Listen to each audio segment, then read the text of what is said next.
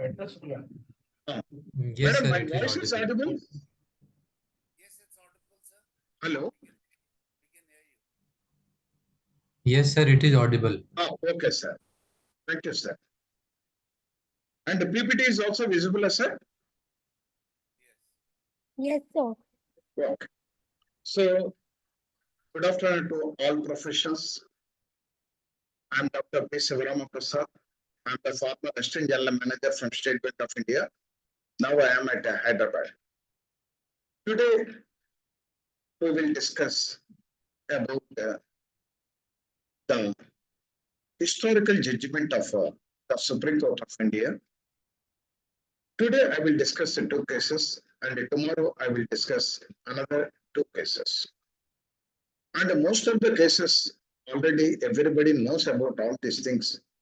But during the course of time, particularly during our profession, the standard cases, once again, we have to repeat and whether those standards are applicable in my present case or not, that we have to verify. For that purpose only, our ICSI IPA, they have initiated this webinar. And this is a landmark Supreme Court judgment. A look at the landmark. Again, we have to look at why that is called a landmark judgment. Why our people are taking, particularly adjudicating authority, they are referring that landmark judgment in various cases. So today I will discuss about the two cases, sir. But we will go in detail about that one because everybody knows about this landmark judgment. But again, we have to repeat and what is the synopsis of that particular landmark judgment? We will go into in detail. First of all, I wish you all the best, sirs, madam, for the new financial year 2024 and 2025. I wish you all the best in the new financial year. Today's agenda, I will discuss about two cases. One is a sale tax officer versus Rainbow Paper Limited. Another one is Swiss Ribbon Private Limited, and another others versus Union of India others. These are landmark judgments. Today I will discuss. We will go in detail so that why the judgment has given like that. And if at all this same situation arises in our particularly live cases, then we can adopt or we can refer those judgments also at an appropriate time to the adjudicating authorities. Sale tax officer versus Rainbow Paper Limited. This is a landmark judgment. Before going into the particular synopsis of the judgment, first of all, we will go in detail of the information memorandum. The information memoranda is one of the important documents. Whatever the information with regard to the company, whatever the assets are available, whatever the liabilities are available, whatever the contingent liabilities are available, and what is the future prospects of the company, whatever the latest technology that is available in the company, whether he is a monopoly or in perfect competition, how many competitors are there, what is the sales and the profit for the last previous financial year. If we provide all the information to the prospective resolution applicant, then the value maximization will happen. And if at all any missings are there, claims are not properly recorded, assets are not accounted for, or liabilities are not accounted for, then some problems will arise in due course. That's why the information memorandum of the defunct company should cover all the areas to last one rule, whether it is an asset or liability or contingent liability or any disputes or the existing key manager, all these things. If at all you ask me, the information memorandum is nothing but a marketing document, that is a marketing brochure. I'm going to hand over the company to the prospective resolution applicant with the value maximization. So it is nothing but a marketing brochure about the company. If it all I covered not only the assets and liabilities, what are the strengths and who are the competitors? What are the opportunities? That also, if you highlight only the facts, only the facts. I'm not asking you to give the rosy picture about the company. Whatever the facts are there, all facts have to be mentioned. Then only a spark will arise in the minds of the prospective solution. So information memoranda is the most important document under the corporate insolvency resolution process, which provides the basis for preparing the resolution. Based on this only, the derivative is the resolution. Both are not a separate one. The resolution plan is based on the information memorandum. If at all I have not covered the liabilities, while giving the resolution plan by the prospective resolution applicant, he will not cover that liabilities also. And if at all I omitted any assets or the asset value is more, then also I may not get the good proposals, resolution plans, I will not get it. And it consists of information of corporate data, inter alia, including the creditors and the amount of claims admitted. If at all any contingent liabilities are there, that also we have to mention. Debt due from the related parties, that also mentioned. Number of workers and employees and the liabilities due to them. Details of material litigation. How many cases are filed against the company in the courts? That also to be covered. Not simply the assets and liabilities. How many material litigation? And latest audit financial statement. The financial statement for the last 2 years, we have to enclose with the information memorandum. Provisional financial statement up to date. Okay, if at all completed financial statements last 2 years, provision also we have to provide. The provision is not later than 15 days from the date of application or the liquidation value, etc., etc. This is an important vital document to get the value maximization. This is also one tool.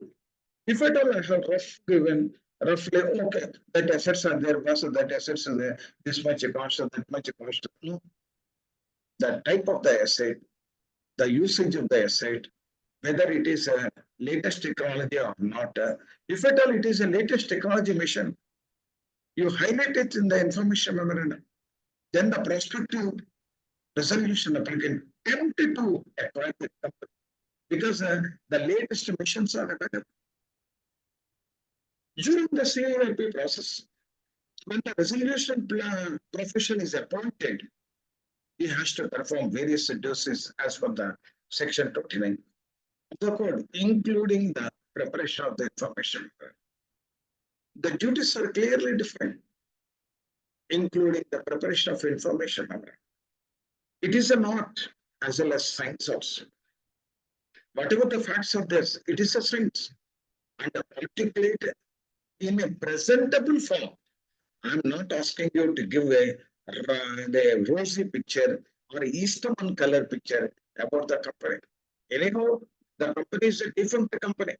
What are the strengths are there? Whatever the weaknesses are there, what are the opportunities are there, what are the threats are there about that particular company, properly disseminated to the prospective resolution application. Information memorandum document is prepared by the resolution professional, which provides the details of the corporate data. All the details, no left out. Don't leave out leave any information. All up to last 1 rupee, whatever it is there, mention. Then they will take a call whether to acquire or not to acquire, whether to pay more or less, or whatever they choose to formulate the resolution. The available legal framework of information memorandum with important provisions and code under the relevant regulation. Important provisions, whatever it is there under the code or regulations, cover it. And the resolution plan is a rehabilitation plan for corporate data going in insolvency. Why I discussed in detail about this one means whenever the Honorable Supreme Court given judgment, they are also highlighted some of the aspects with regard to non-coverage of some claims are not admitted. Once they are not admitted or a delay is there, they are completely, those items are completely missing in the information memorandum. Once information memorandum is missing, the resolution applicant is in dark. Later on, it creates problem. It is a report based on the information provided by the resolution profession targeting legal, financial, management and technical strategies in order to bring the corporate data back on to its feet at the earliest. That is the main objective. The report, once I am giving the base report, that's why it is called a base report. The base report, based on the base report, only the resolution plan has to be developed by the prospective resolution applicant. The resolution plan is also called as a rehabilitation plan. In case of CIRP, the creditors are required to submit claims within the time period stipulated in the public announcement. Whatever the public announcement date is given, all claimants are to be submitted. But some other claimants, they may not have the advertisement. They may not look into the company website also. Or they may be in the abroad. Some other claimants, they may be in abroad. They may not see the local and one national newspaper. But it doesn't mean they are not eligible after the date is over. And which shall 14 days from the date of appointment of the interim resolution. In case of liquidation process, the creditors are to be required to submit their claims within the time period stipulated in the public announcement, which shall be 30 days from the date of liquidation of commencement of the date. So that we have to stick on. Once there is no date, means everybody will submit the claims nearer to that, whatever 180 days or 270 or 330 days like that. So some dates are required. And once the delay is there, what is the reasons for delay in submission? And get the approval from the appropriate authority to admit or not to admit. So here, all claims are to be mentioned, if at all they are eligible, and if at all delayed, get the proper appropriate authority approval and admit, and then only prepare the information memoranda and give it to the resolution applicants. Then we will get a quality resolution plans. Otherwise, we may not. Only partial information, always danger. Always danger. Whether IP can admit a claim after the period of submission of the claim is over, as stated in the public announcement. Yes. The creditor who fails to submit the claim with proof within the time stipulated in the public may submit the claim with the proofs to IRP or RP, as the case may be, on or before 19th of the insolvency commencement date. That provision is also there. Even 90th day is also there. With the help of the adjudicating authority, if the reasons for a delay is substantiate, then the adjudicating authority take a call to admit. So here, case by case, it will differ. But normally 14 days or 30 days in case of liquidation, or if at all he failed on account of unaware of the information up to before 90th date of the insolvency commencement date. Whether IRP or RP can consider those claims appearing in the books of the accounts of the corporate data but not submitted the client. So this information is the base for the judicial pronouncement or the landmark judgment of the Supreme Court of India. That's why first I am discussing about the importance of what are the areas missing by the resolution profession. So if we tag all these things, then problem will not arise. Whether IRP or RP can consider the claims are appearing in the books of accounts of the corporate data but not submitted the claim. Yes, the IRP or RP consider those claims and can ask for proof of the claim from those creditors. They can also admit. Earlier, I asked one of my friend is there. How many claims you have received? Only 2 claims was. I have submitted the 2 claims and finalized the claim. No, was in the balance sheets, how many liabilities are there? Have you inquired about all these things? Suppose the government adjustments are there. If you mention only 2 claims and provide the information memoranda, the resolution applicant will also restrict their plan to the 2 claims only. So that's right. All these things have to be taken into consideration with the utmost attention to be paid. Now coming to the judicial pronouncement, the Rainbow Paper Limited. Because in this also, the importance of a resolution of plan or information memoranda or a delay or some other are not claimed, but it is available in the balance sheet. The court, while giving the judgment, all these things are taken into consideration. Even adjudicating authority also, once the resolution plan is they are going to approve, they will verify whether the total process as defined by code or regulation or rules are followed by the RP or not. If not, they will not accept that particular resolution plan, even though the COC is approved that resolution plan. Processes, sub-processes of CIRP to be followed meticulously without any deviation. Now, we will discuss about the Rainbow Paper Limited. The Supreme Court of India, Honorable Supreme Court of India, the guardian of the Constitution. In Indian mythology, God may be different forms, but in some, he is one and provides a justice uniform.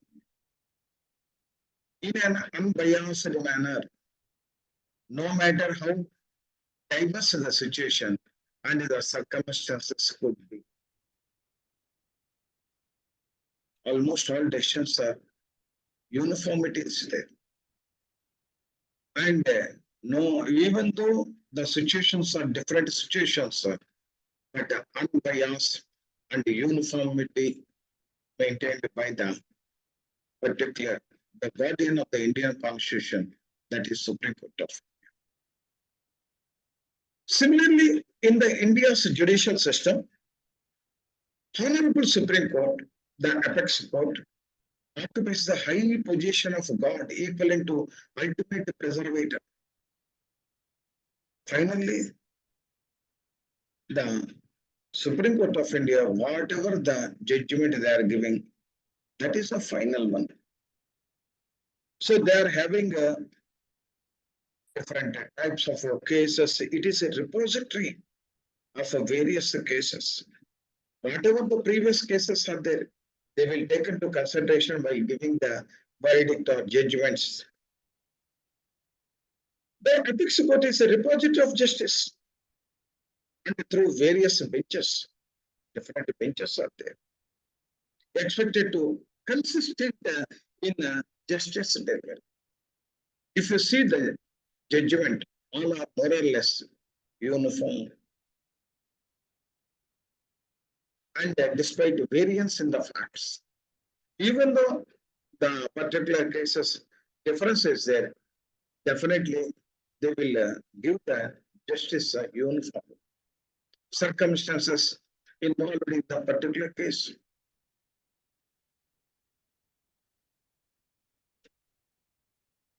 However, of late, it is observed that verdicts of different benches of the Honorable Supreme Court are variance with each other.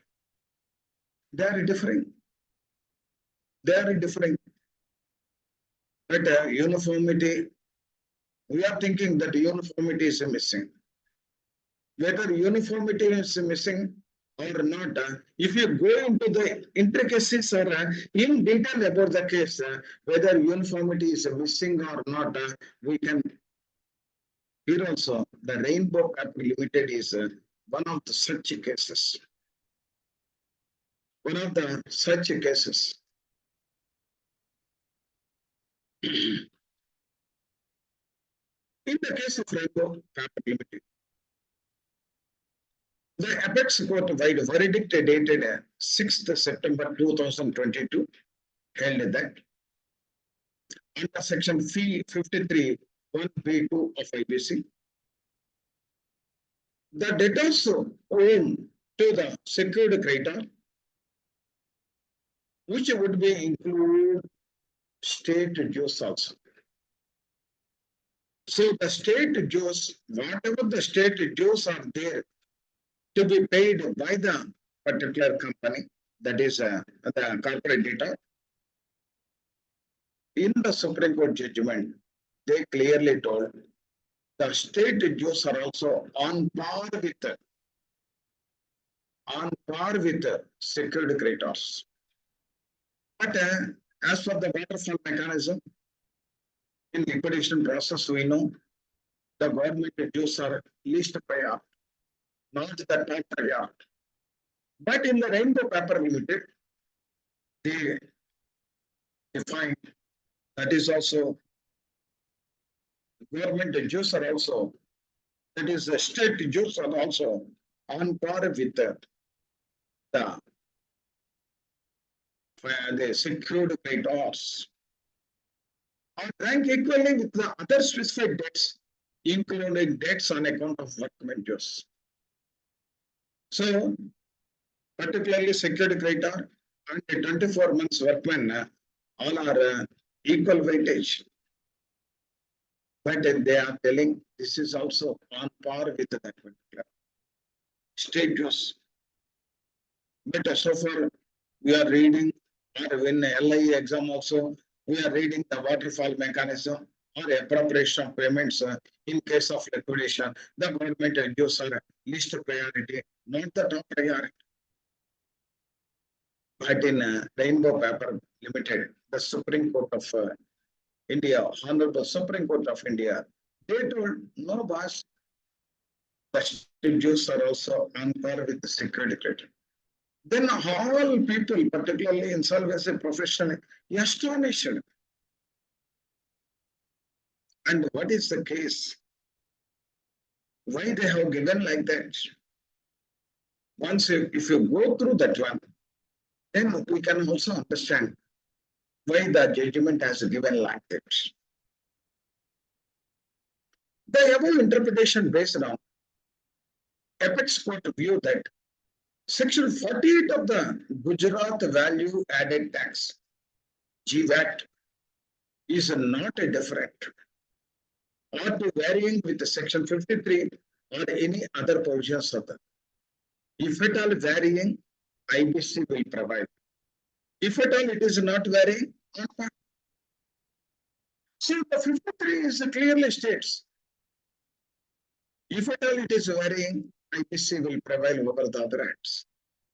But the apex court is telling that 48 of Gujarat value added tax is not different or varying with section 53 of any other provisions of the IBC 2006. Then all IPs astonished. During that verdict, they astonished. And most of the people, they interestingly, they take the PDF file of the judgment and go through that one. And what rationale they have given like that.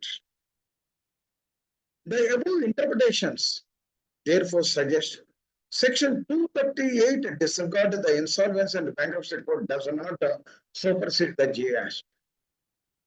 They clearly mention it is not superseded. The GWAD, both are one and the same. So the above interpretation therefore suggests that Section 238 be disregarded and the Insolvency Bankruptcy Code does not supersede the GWAD. What is Section 238 of the IBC Code? Provides IBC overrides the provisions of any law if at all inconsistency is there. But the apex code is there is no inconsistency. Both are one and the same. That is Section 53 of GWAT and the IBC. Both are one and the same. There is no supersede. So Section 238 of the IBC code that the IBC overrides the provision of any law that is inside. And a demand notice issued by the customs authority seeking the recovery of customs due during the moratorium period would essentially mean initiation of legal proceedings against the corporate debtor. Customs authority, if at all customs authority dues are not paid by the corporate debtor, the customs authority will give the demand notice under Section 8. And if at all that is not paid, then Section 9, they are also eligible to file an application with the adjudicating authority for CIRP process. So the demand notice issued by the customs authority seeking recovery of customs dues during moratorium period would essentially mean initiation of legal proceedings against the corporate debtor. On the other hand, different benches of Supreme Court in the cases of ABC Shipyard and wide verdict of 26th August that held overcome the Customs Act. And here in the earlier judgment, particularly the demand notice issued by the Customs Authority seeking recovery of the dues during moratorium would essentially mean initiation of legal against the corporate debtor. On the other hand, different bench of Supreme Court in the case of ABC Shipyard, wide verdict dated so and so held that overcome the Customs Act. Two are on the same subject, only two are different. The two recent verdicts of the apex court therefore appears to be the variance in respect of superiority of IBC over other statutes. One is GWAT, second one is the customs duties. The facts of the rainbow. Once we go through in detail of the rainbow case, we can get a fair idea about why they have given the judgment like that. Rainbow Paper Limited was involved in the business of a manufacture sale of crafts and goods within and outside the state of Gujarat. They are the manufacturers of crafts and goods and outside, inside, within or outside the state of Gujarat. An amount of 53 crores, 71 lakhs, 65,489 was due from the company towards the sales tax authority on account of a CST and the VAT liabilities. The company is due that much amount to sales tax authority on account of a CST and VAT liabilities. On July 8, 2016, recovery proceedings began by that particular government authorities against the Rainbow Paper Limited in respect of dues for the year 2011 and 12, and its property situated in Rajpur, Taluka, Khadi, was attached on October 8, 2008. So the government has taken initiation to recover the CST or VAT nearly, that is 53.71 lakhs, 72 lakhs, was 53.72 crores of rupees they are going to recover from that particular company. So on July 8, 2016, recovery proceedings began by the government, that is the tax authorities, Rainbow Limited, in respect of dues for the year 2011 and 12. And the property situated in Rajpur Taluka Khadi was attached. Whatever the property is there, the property is also attached by the government officials for on account of non-payment of the government dues. In the meantime, Neeraj Paper Limited. In the meantime, Neeraj Paper Limited, one of the operational creditor. So IBC is not yet started. The corporate debt are not paid the CST or VAT, whatever sale tax or VAT, and the government authority taken over the asset of the company. And in the meantime, Neeraj Paper Limited, one of the operational creditor of the Rainbow Paper Limited, filed a petition under Section 9 of the IBC at NCLT Ahmedabad bench for initiation of CIRP against the company. In the meantime, once the government is going to recover that VAT, sale tax or VAT, in the meantime, one of the operational creditor of Rainbow, they have filed an application under Section 9 with Ahmedabad bench for initiation of CIR against the company, following which 12th September 2017, the petition was admitted. The adjudicating authority, the NCLT Ahmedabad, under Section 9, the operational creditor filed, and the case was also admitted on the 12th September 2017. Claims are invited from the creditors under Section 15 of IBC by way of newspaper publication. That is a process.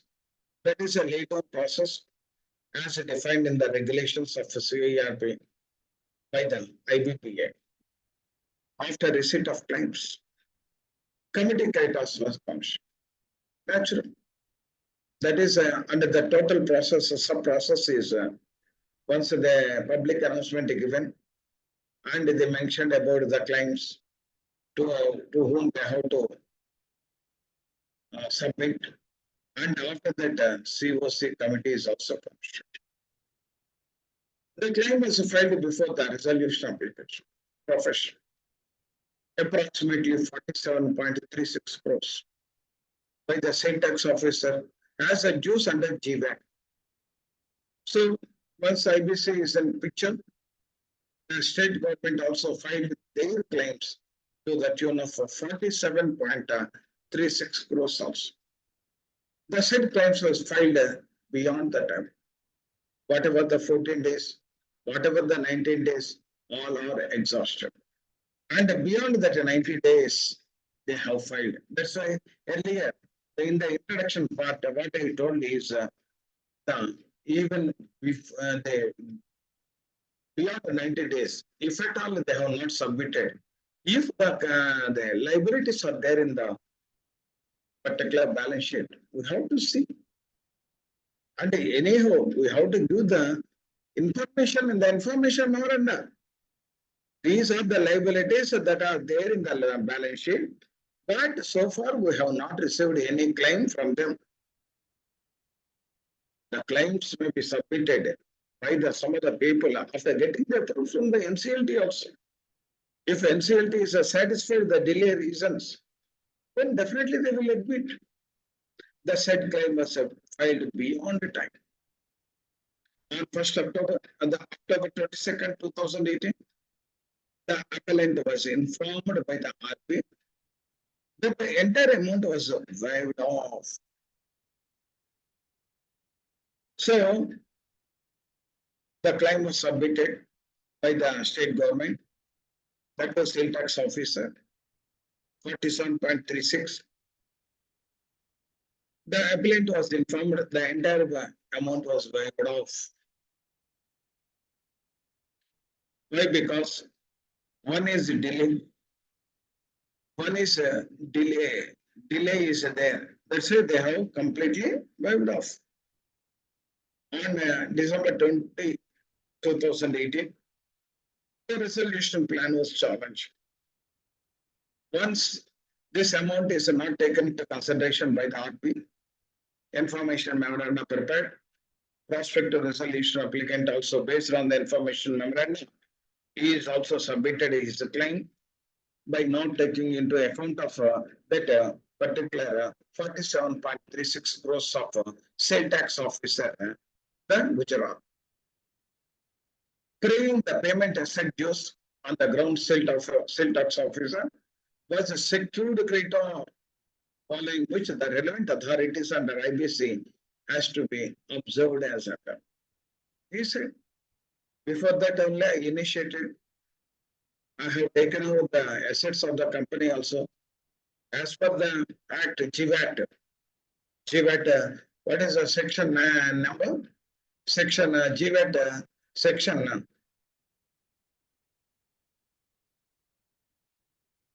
GVAT section 53. I am having I am the security creditor. So the particular resolution plan not to be accepted. First, my claims are also to be admitted, which was rejected by the resolution profession.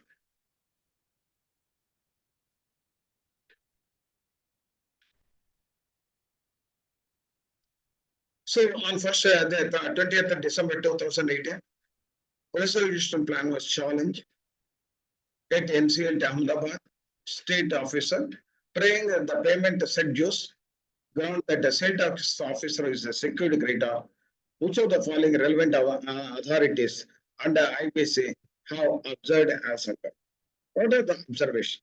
The NCLT rejected the application by the appellant as not maintainable. So the NCLT rejected. Based on the recommendations of the RP, the NCLT also rejected the application made by the appellant as not maintainable. It is not maintainable. Second one, the NCLT held that while not accepting the claim, the applicant failed to file the claim on time. The first point is the appellant is filed the claim not in time, not on time. Section 48 of GVAT cannot precedence over section 53 of IBC. Therefore, the appellant does not meet the definition of security creditor. No, he is not a security creditor because it is not cannot be taken as a precedence over the section 53 of IBC. And section 3, subsection 30 and 331 of the IBC code, security creditor definition. Further, the sales tax department filed its claim after the plan is over. Once the plan is completed, then only the sale tax officer submit his time related had been approved by the COC. The RPA has no jurisdiction to hear it and was rightfully denied. So whatever the claim filed by the state government, that is on account of delay, and the RPA has no jurisdiction to hear it and rightly denied also. But what happened to the apex court? What judgment has given the apex court? Based on the facts of the case. Point number one.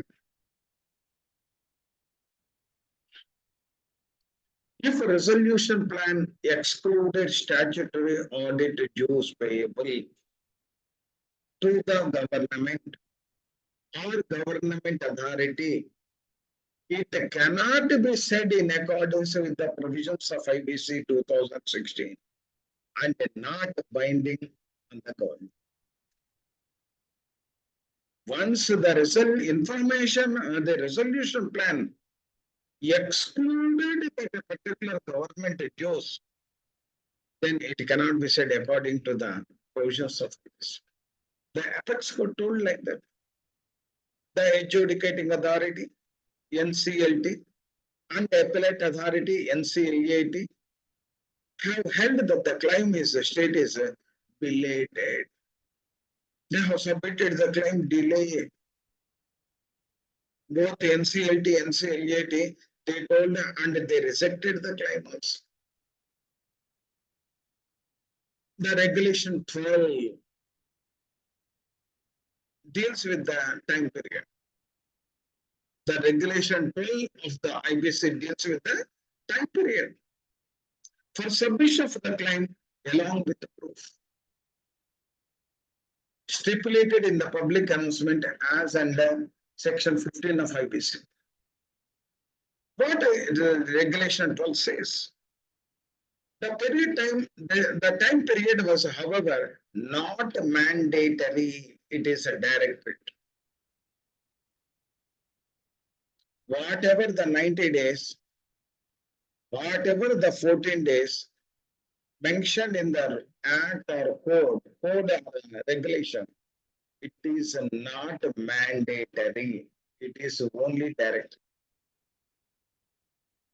Once it is a directory, then they have to admit the claim, even though it is submitted late. As a result, the adjudicating authority should have rejected such a resolution plan. They should not accept. Once they are not taken into account of the government dues while giving the information memorandum or while submitting the resolution plans by the resolution applicant, whether that amount is factorized or not. If at all that amount is not taken into account, that is not correct. They should not accept that resolution plan. Point number 2. Furthermore, because of section 48 of GBAT, not even IBC, it is determined by the IBC 2000, does not supersede the GBAT. So, because of section 48 GBAT, not uneven. If at all uneven, then only IBC will supersede. Once both are the same, there is no question of supersede.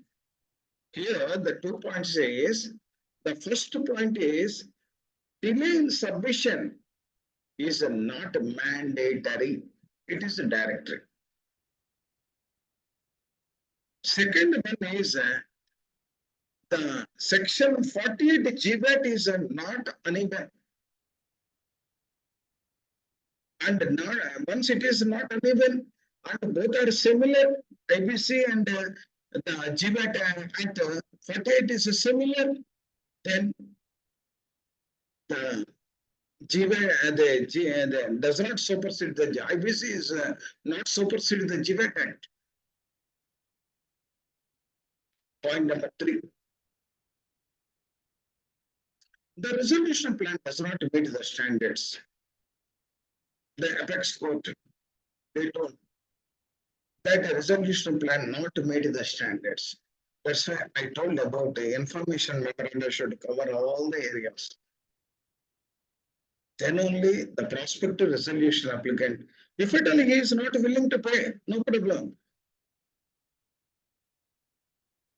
Whatever the information with regard to the company financial position or a contingent liabilities position and the true facts of the company and the short analysis of the company should be a transparent one. The resolution plan does not meet the standards of IBC and not binding on the state. Once it is not followed the conditions of standards of IBC, then it is not binding on the state. We should not accept that type of resolution plan. Point number 4.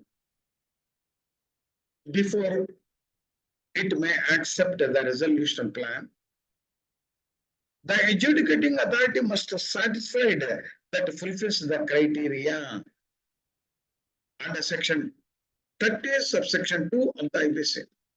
Does not contravene any provisions of the law for time being imposed. So, once before accepting the resolution, the adjudicating authority has to satisfy, fulfills the criteria. The resolution plan that does not meet the requirements of section 30 is illegal and will not bind the state. Hence, the resolution plan is not a valid resolution plan.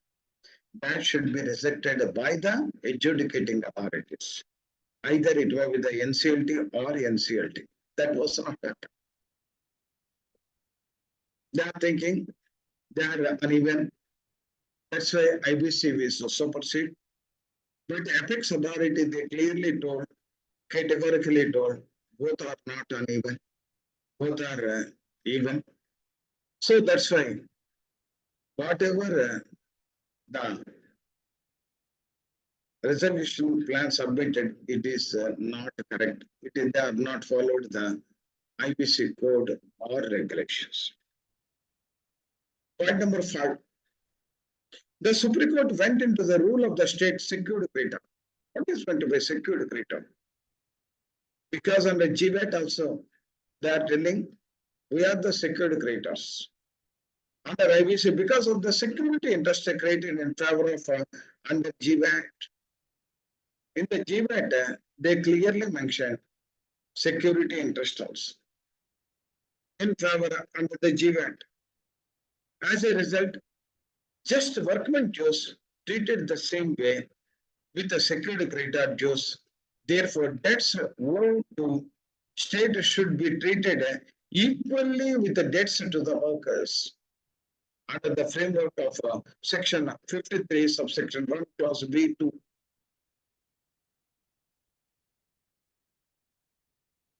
So the work it is on par with workman Jews. The state Jews is also on par with. At that time, all are astonished. Once he told, delay in submission is not mandatory. It is a direct. So based on the merits of the case, the adjudicating some authorities, sometimes they may ask the RP to include that claim also, because it is a directory, not mandatory. Second one is a supersede of the GVAT with IBC. Both are one and the same. So in this case also, the supersede is not there.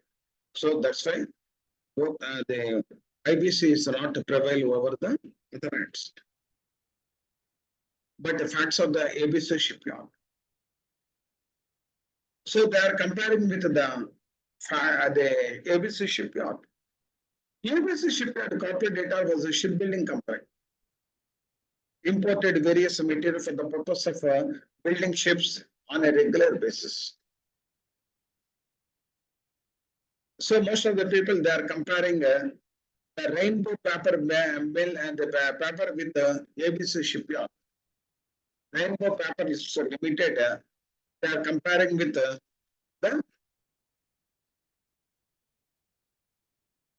ABC Shipyard. Building the particularly materials for the purpose of building ships on a regular basis. Some goods were stored in the corporate data, stored by the corporate data in custom bonded warehouse in Gujarat. So some of these goods are custom bonded warehouse in Gujarat and the container freight stations in Maharashtra, both the places. So the ABC Shipyard corporate data shipping company that is imported various raw materials from other country and they will purpose of a building ship on regular basis. Some of the goods are stored in custom bonded warehouses in Gujarat at the port itself and containers in Maharashtra. Whatever the containers are there, they are put it in Maharashtra. Okay. When NCLT Ahmedabad issued the order to initiating CIRP against the corporate data, that is the ABJ shipyard, against the corporate data, the interim resolution professional claimed, he claimed, one is in Gujarat port and the second one is in containers in the Maharashtra. Please send the assets to me. Claimed the custody of warehouses from commodities from Central Board of Indirect Taxes Customs and requested they do not dispose or auction the same. Once the Customs Authority, the amount is not paid, the Customs Authority, they are having a right to sell the goods and appropriate the dues and the remaining amount they will pay to the corporate data. But on account of initiation of CIRP, the RP has sent a letter to the particular authorities who will dispose of the assets, particularly Mumbai and Gujarat, and this was the same is to be handed over to the following the CBIC sent a different demand notification to the CD and the ARP. What are those? The NCLT, point 1. In the light of above development, relevant authorities proceed to observe order of the CBIC to transfer the warehouse items to the liquidator without any condition, protest that the payment of the customs duty. So the authorities, particularly the authorities, NCLT, they told, no, first hand over the containers of Maharashtra to the RP and whatever the ship building material is there in Gujarat shipyard also, that also hand over to the particular resolution professional or liquidator whoever is there. Point number 2.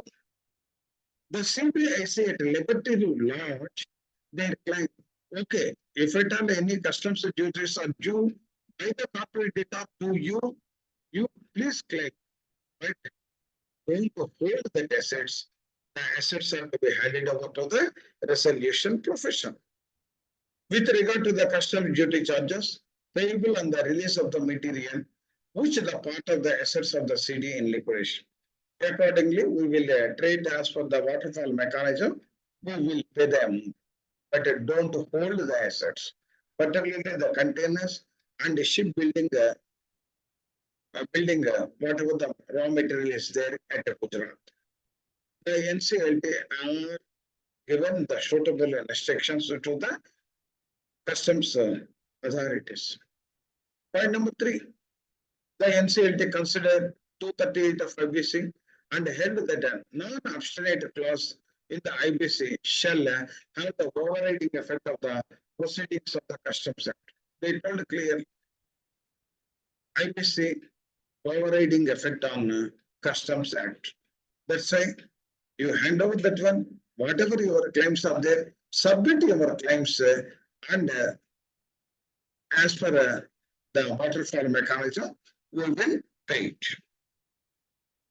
Further looking into the waterfall mechanism, under section 53 of the code, the NCLT has distribution proceedings of the sale of liquidation of assets also prevail over the Customs Act provision. So NCLT held that distribution proceedings from the sale of liquidation assets will prevail over the customs provisions. The NCLT told with regard to the ABG shipyard, what they told. Point number one, NCLT overruled the verdict of NCLT.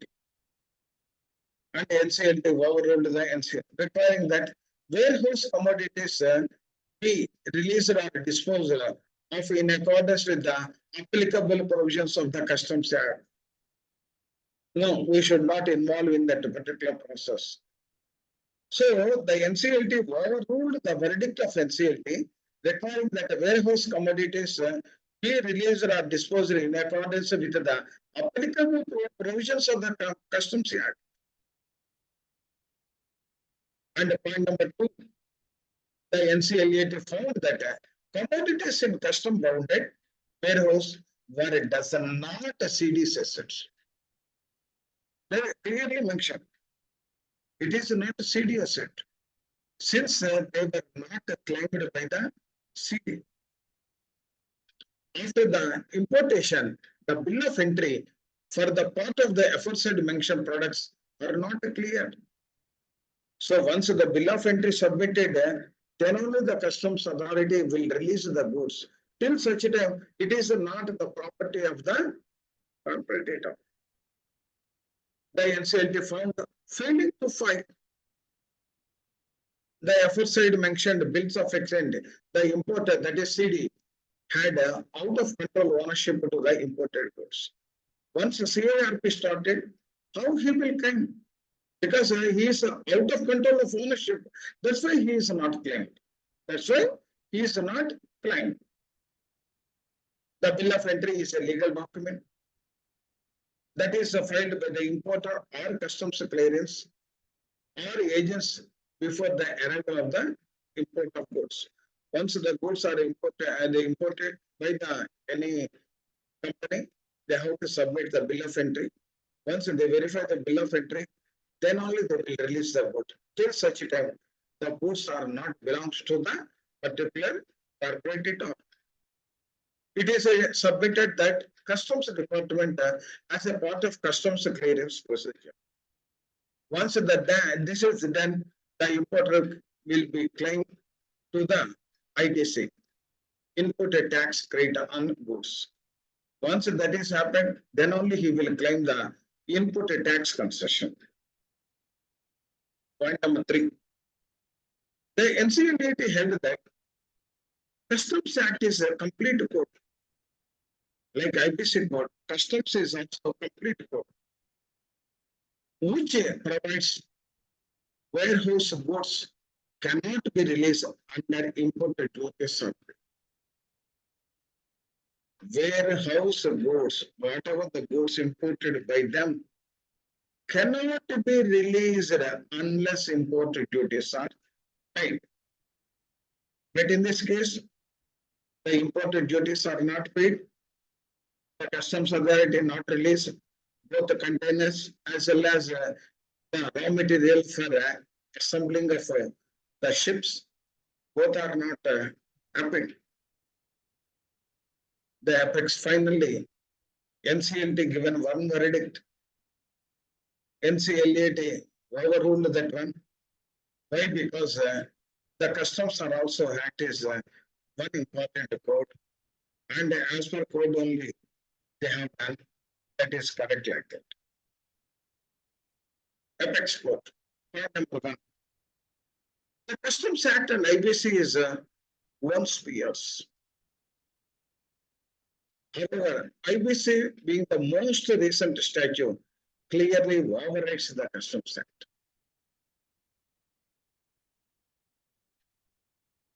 So here they have taken into consideration of which is earlier, which is later, like that.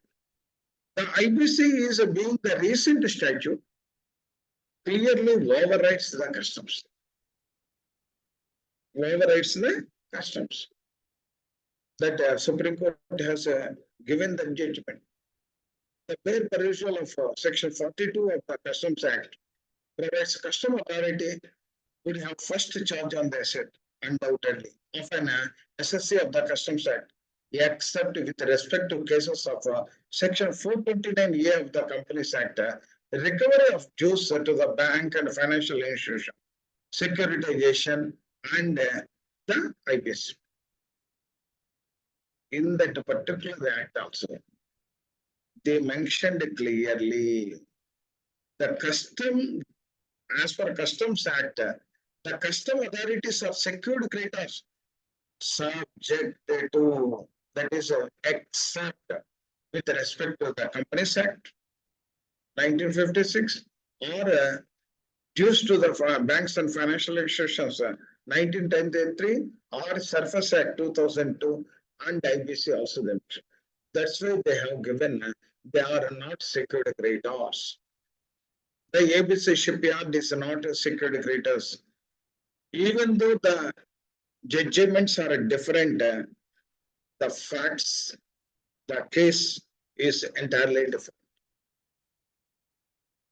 Because here, after Customs Act only, IBC is originated in 2016. So IBC will prevail over that one.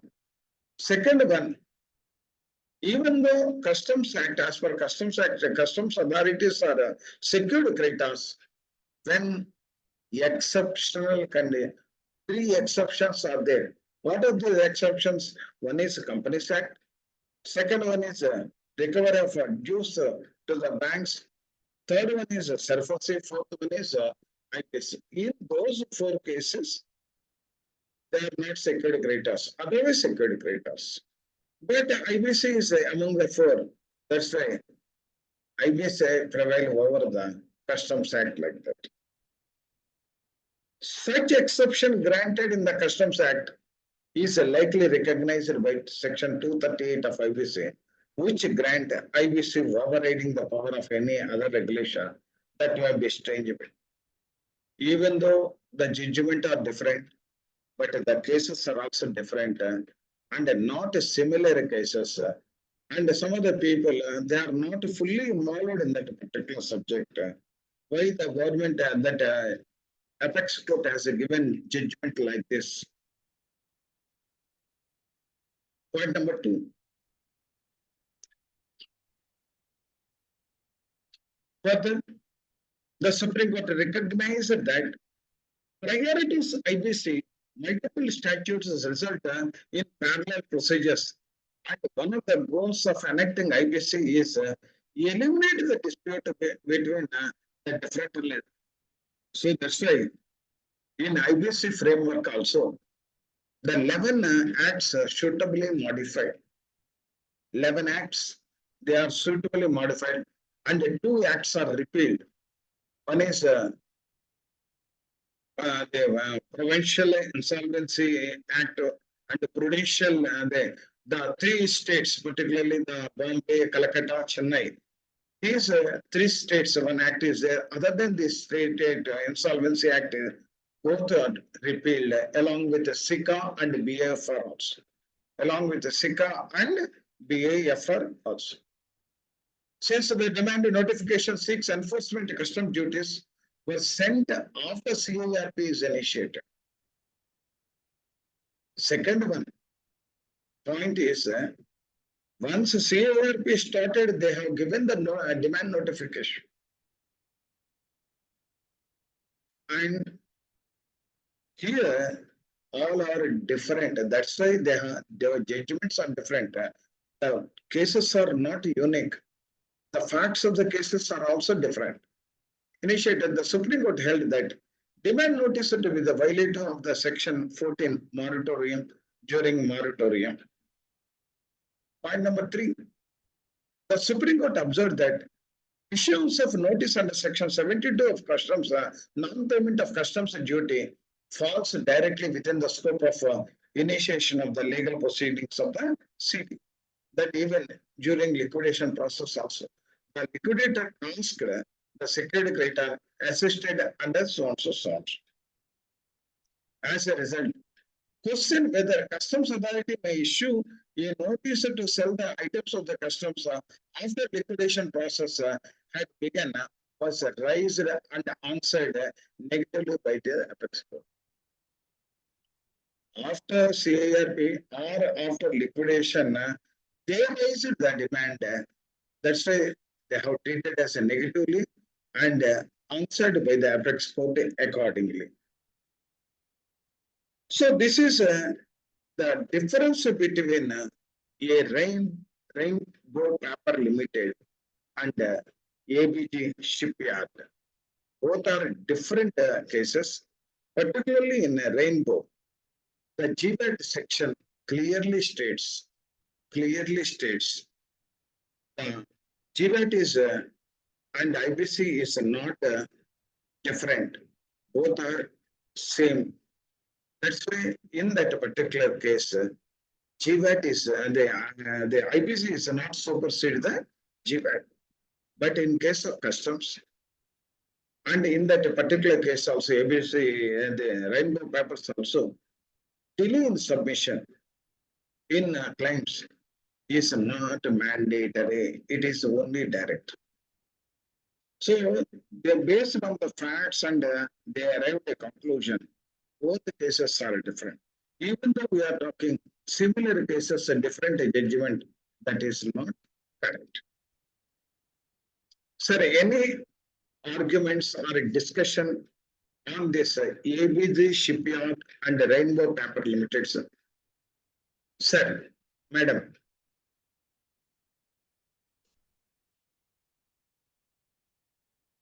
Any discussions, sir? Madam?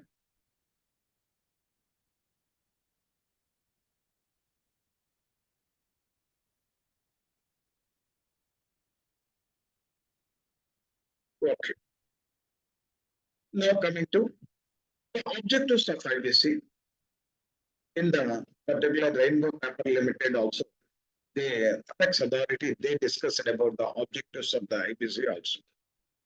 Before analyzing verdicts of the above export, in the said cases, that is ABG Shipyard and Rainbow Paper Limited, it would be pertinent to again reconnect the objective and formulation of the IBC by our legislators. In IBC 2016, introduced in 2016, resolved the claims involving insolvent companies so as to tackle the bad loans problems that were affecting the banking system. That is the main agenda is like that. Why? Because the mounting NPS, the delay in the legal process, and thereby on account of a delay, the time, on account of time, the assets are become stale, and it is very difficult to sell also. Some of the cases it is not useful also. Quick resolution is one of the important agenda of the IBC.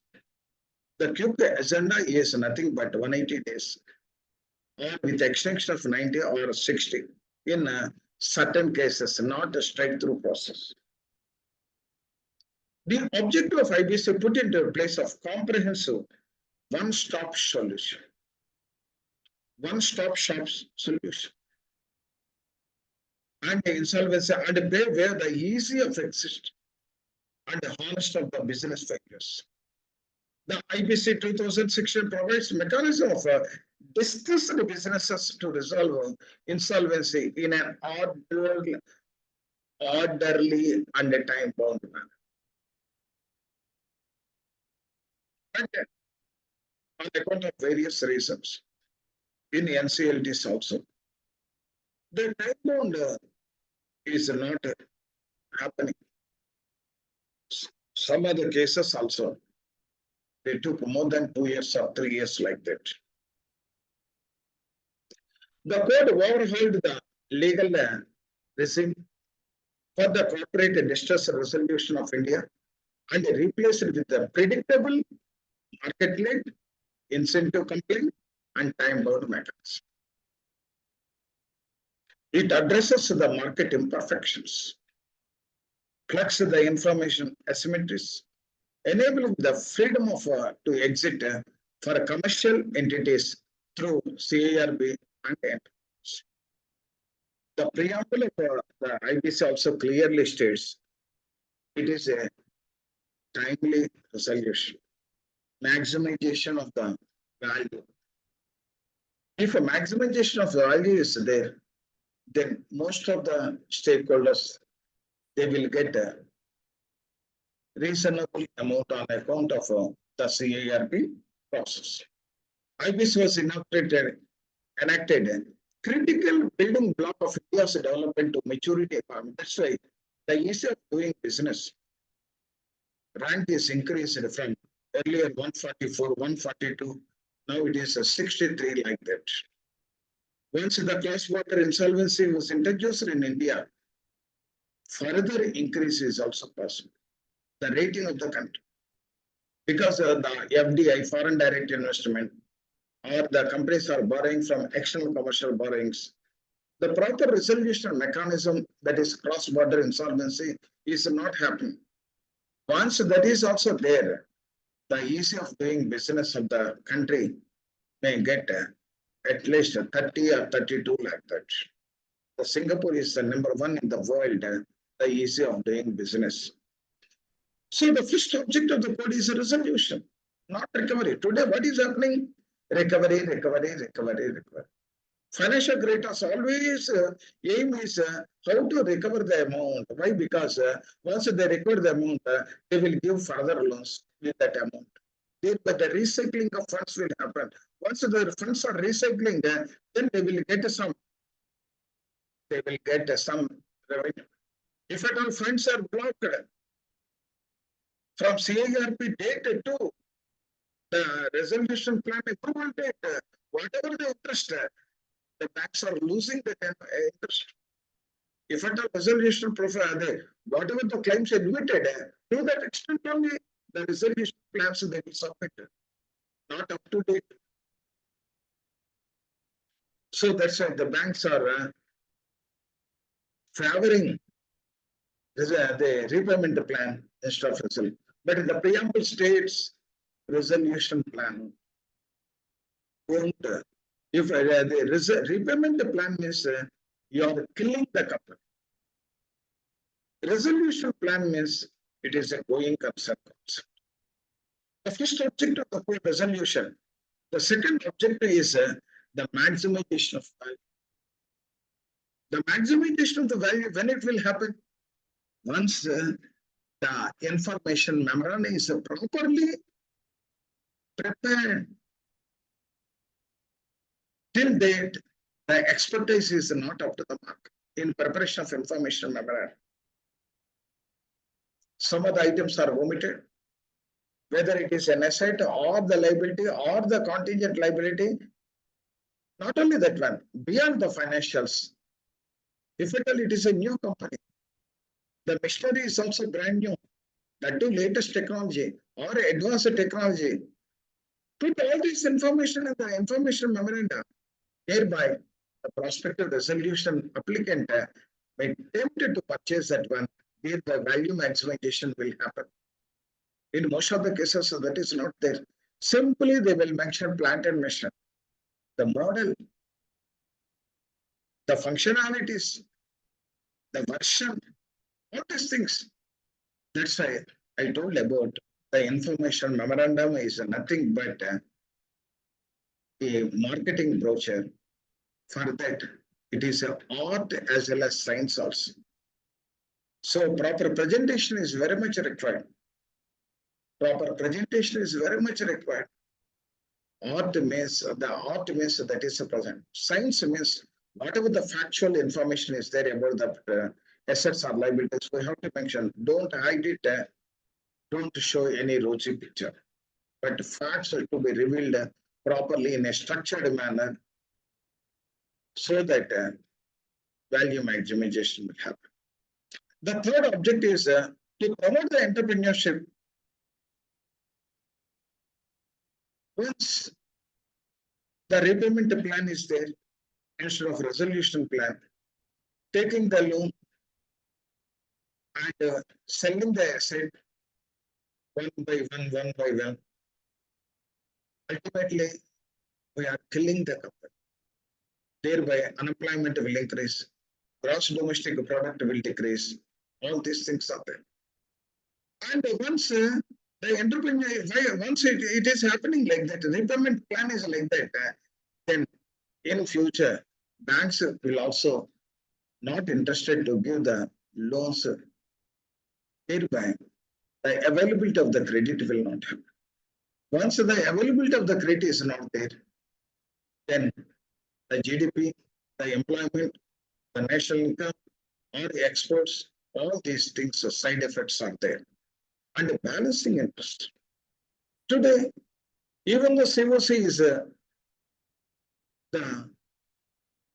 occupied, particularly the COC is dominated by the financial creditors.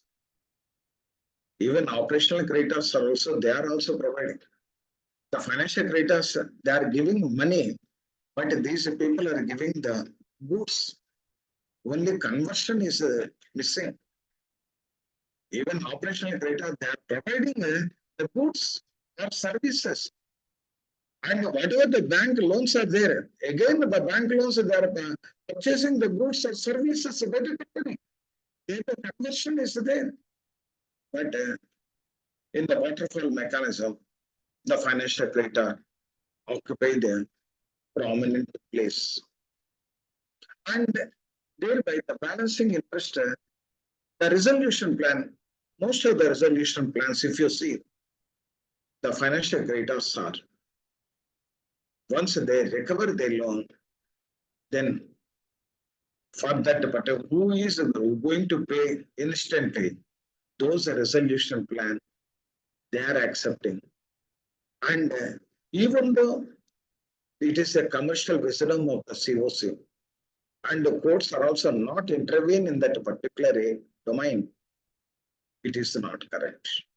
They have to satisfy all the people, whether operational creditor or the class of creditor, whoever is there, or various types of creditors, all are given some weightage. Always my loan is recovered, then I will accept that, okay, you are having the power of commercial wisdom. The courts are also not intervene in that particular area or domain. It doesn't mean that you should not only concentrate on your loan. And balance of interest is also there. Most of the, if balance of interest is not there, and if operational creditor not paid any amount, only financial creditor recovered and closed the issue of CERP, in future, credit availability in the market will lost. Credit availability. Today, if you see the bank loan versus creditor, bank loan versus creditors, more or less 20% difference, more or less creditors are also equal weightage. In some decided cases also, they are telling that financial creditor big amount, operational creditor low amount, financial creditor is 1 or 2, operational creditor n number, all these things are there. That is not correct. But balance interest is very much required. The order and the objectives of unbreakable industries and bank of fraud. And thus in some resolution not recovered is the prime object of the.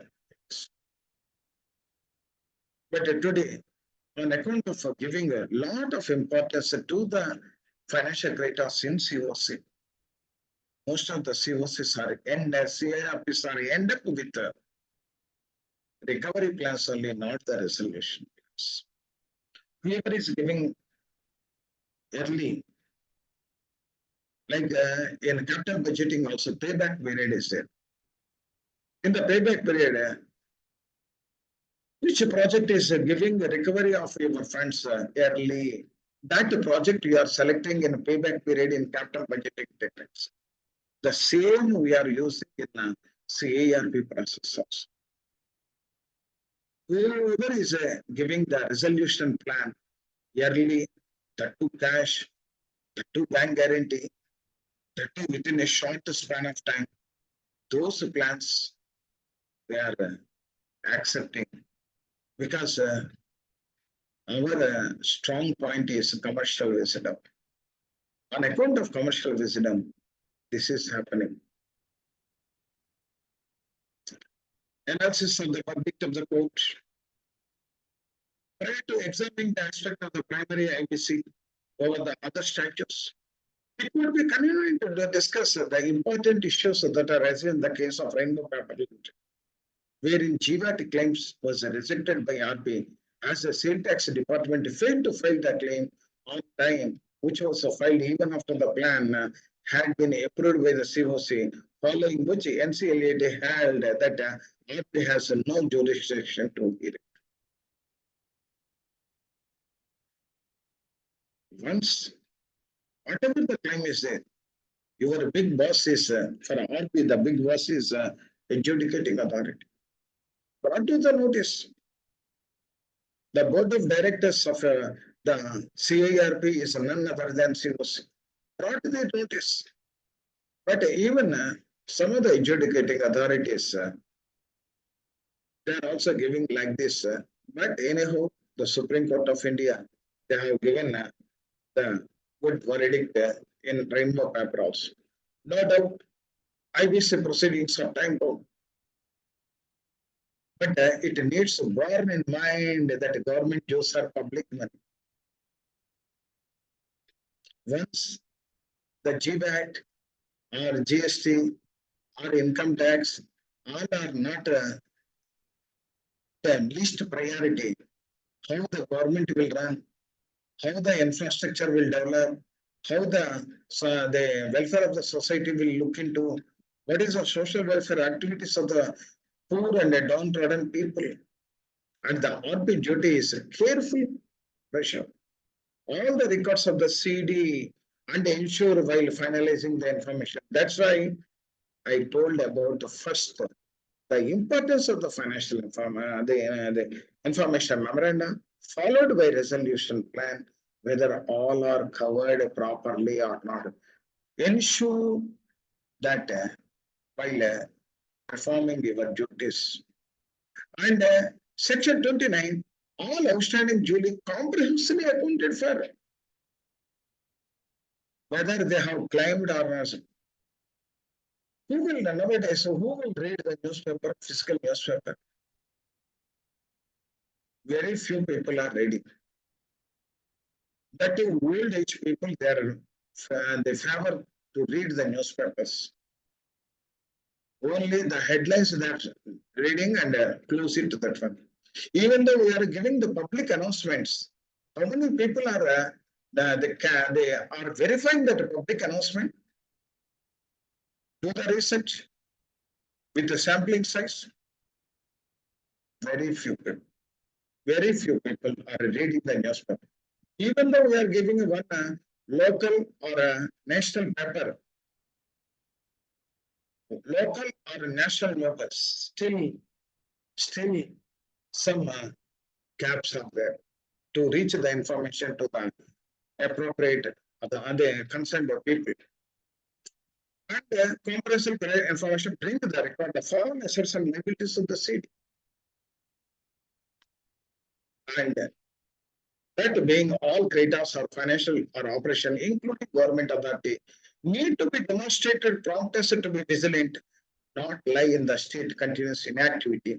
Therefore, timely submission of the claims to RP in order to facilitate a timely completion of the IBC proceedings.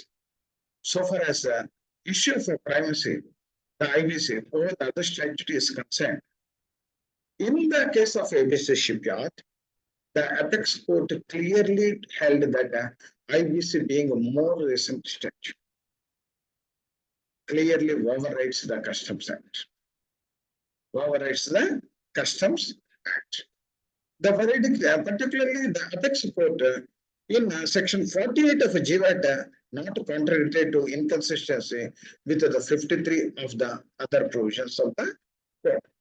So both are not similar cases, entirely different cases. The facts are also, that's a different judgment game. Section 48 of GWAT reads, notwithstanding anything the contrary contained in the law for the time being in force, any amount payable by dealer or any other person or account tax or interest and penalty which is liable to pay the government shall be first charged on the property such a dealer as the case may be the such person. Clearly mentioned. Section 48 clearly mentioned. But in Maharashtra, they have given one more different judgment. That is a different. In both the above, apex court observed that state is secured under GWAT Act. Section 3, subsection 30 of the IBC, secured creditor means creditor in favor of whom security interest is created. Such a security could be created by operation of laws. The definition of security creditor in IBC does not exclude any government or other government authority. That's fine. Under section 53, subsection 1, clause B2, the debts won by the security creditor, which include the state under the GWAT or rank equally on the specified debts, and including the debts on account of workmen due, whatever 24 months are there. It needs that highlighting the above inferences. The apex court pertain to the liquidation system that precede the IBC when the government dues are given high priority in relation to all outstanding debts of the bill. Whereas under the IBC, the payment of dues has much lower priority in the waterfall mechanism. This is in brief about this one. And I have somebody has written here, so I will go through that point. Question. 1 year after approval of the resolution plan, one minute, sir. This is a moving.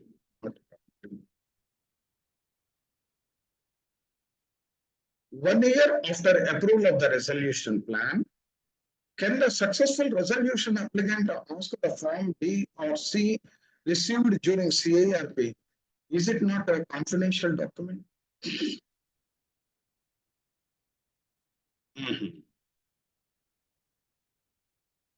It is a confidential document, correct? 1 year after approval of the resolution plan, can the successful resolution applicant ask the form B or form C received during the CARP? Is it a confidential document?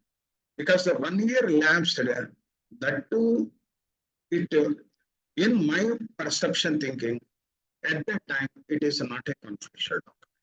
It is not a confidential document. That is my perception thinking. Now, the verdict, particularly, whatever we are discussing, all these things, entirely different judgments, that is also correct. The facts are also different. All these things are to conclude. Government dues are public money, and the RBI is a duty bound to carefully peruse all records of the CBI and ensure while finalizing the information memoranda. Under the section 29, all outstanding dues are comprehensively accounted for. That's why at the introduction time, I clearly mentioned the importance of information memoranda, and it is a vital document. It is an important document to get the maximization of the value of the asset, and to participate in more number of people particularly in the resolution applications, that the documents are to be prepared carefully.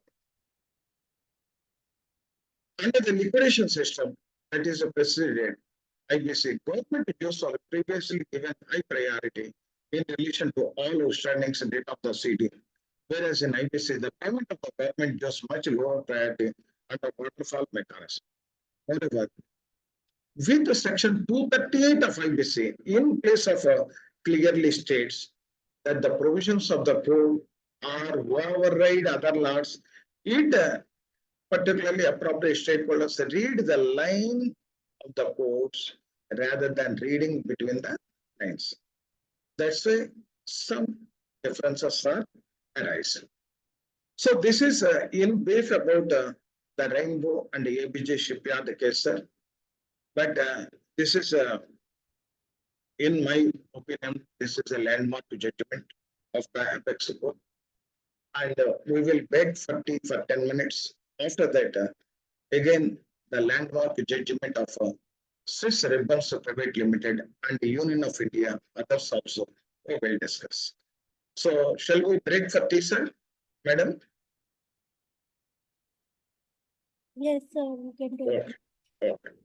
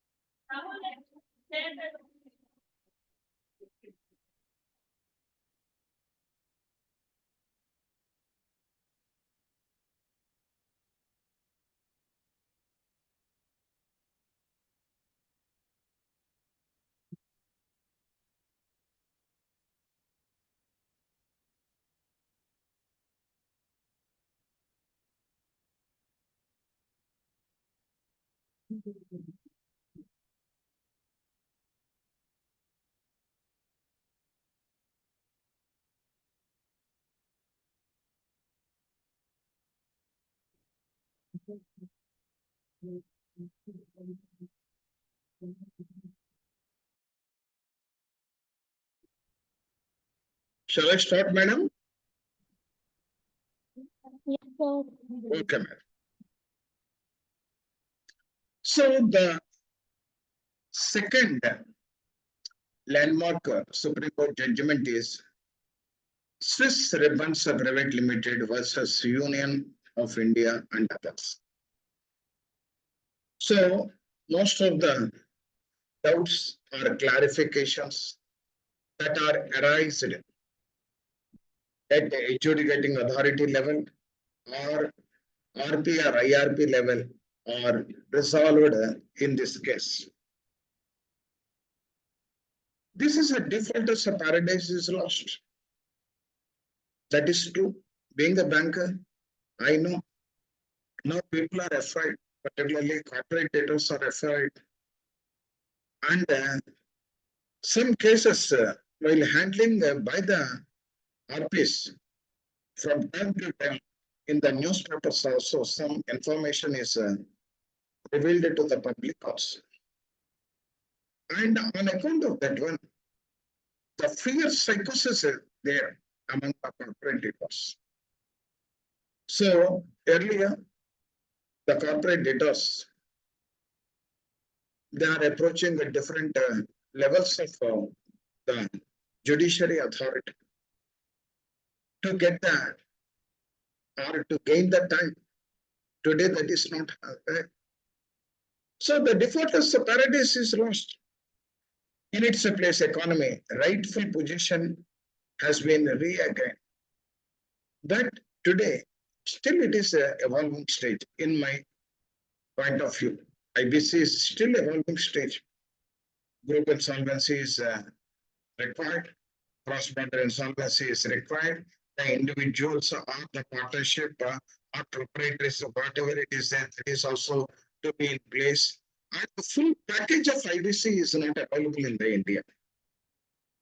The package, the total package, the product is not available. Only limited products are released by the IBPA. That is CIRP one product, liquidation another product, voluntary liquidation, or the PPIRP, or the person guaranteed to corporate data, like that. If at all products are available, all areas are covered, then definitely it gives a lot of advantage to the economy, particularly the default as a paradise is lost. This is how the Supreme Court summed up in the judgment upholding the constitutional validity of various provisions, even person guarantor to corporate data. The fundamental rights, particularly it is not given the constitutional validity is not there. So then the Supreme Court in one go they have dismissed nearly more than 200 cases in one go, one judgment. When drafting or designing the IBC, all are to be taken into consideration. So the constitutional validity is there of various provisions of the IBC code. The code gives for the consolidated and unbifurcated. It is a consolidated. That's why it is called code. Whatever the 11 acts are there, 2 acts are repealed, or SICA or BFR, etc. Unbifurcated. Earlier in different acts, it is bifurcated. Today it is not unbifurcated. Exhaustive law. Particularly this is for corporate firms and individuals also. Individuals had to be notified.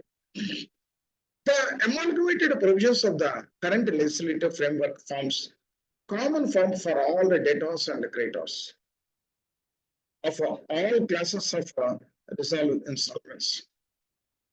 So data, they even creditors also, whatever the financial creditor or operational creditor or the class of creditor or the home buyers all are covered properly. It is a amalgamated provisions.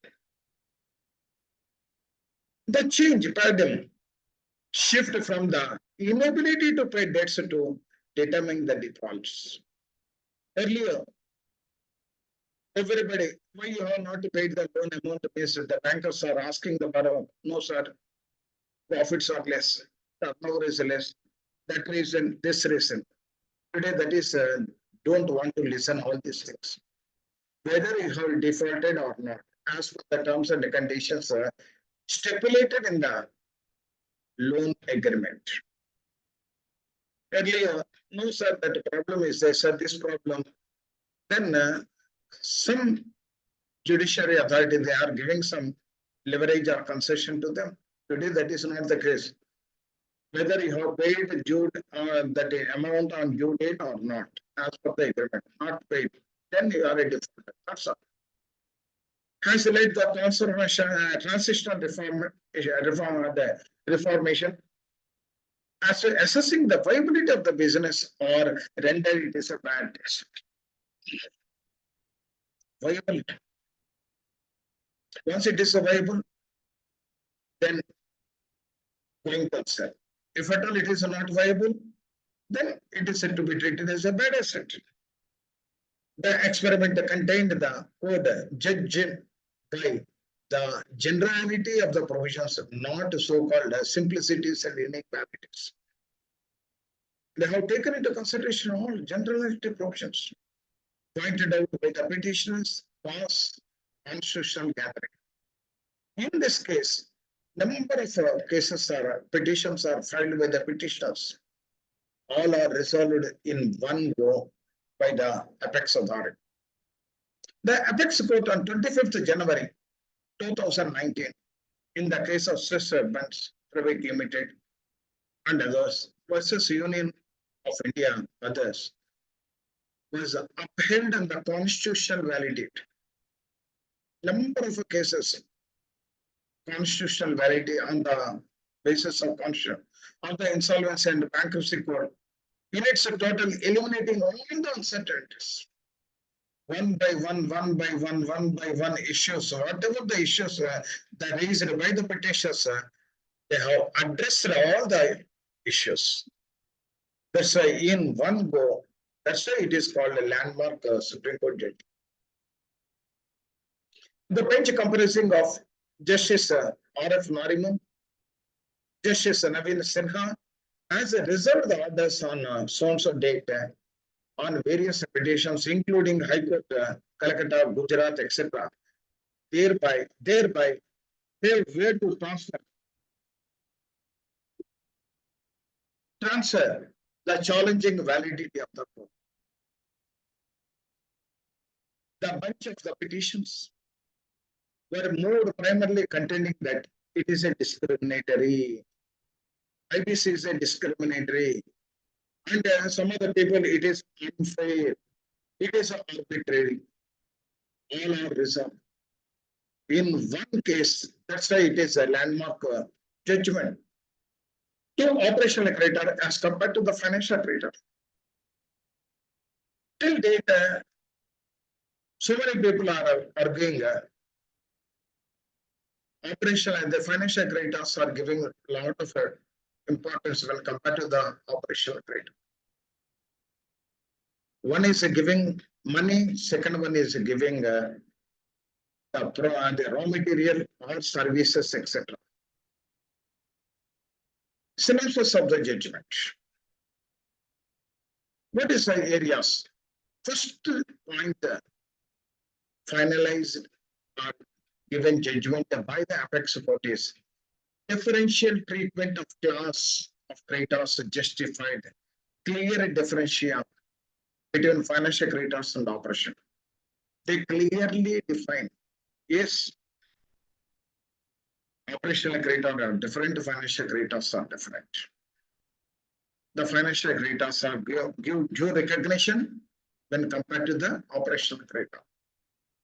In waterfall mechanism also, the financial creditors are top when compared to the operational creditors.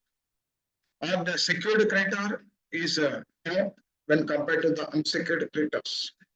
All are taken into consideration properly while designing or defining the code.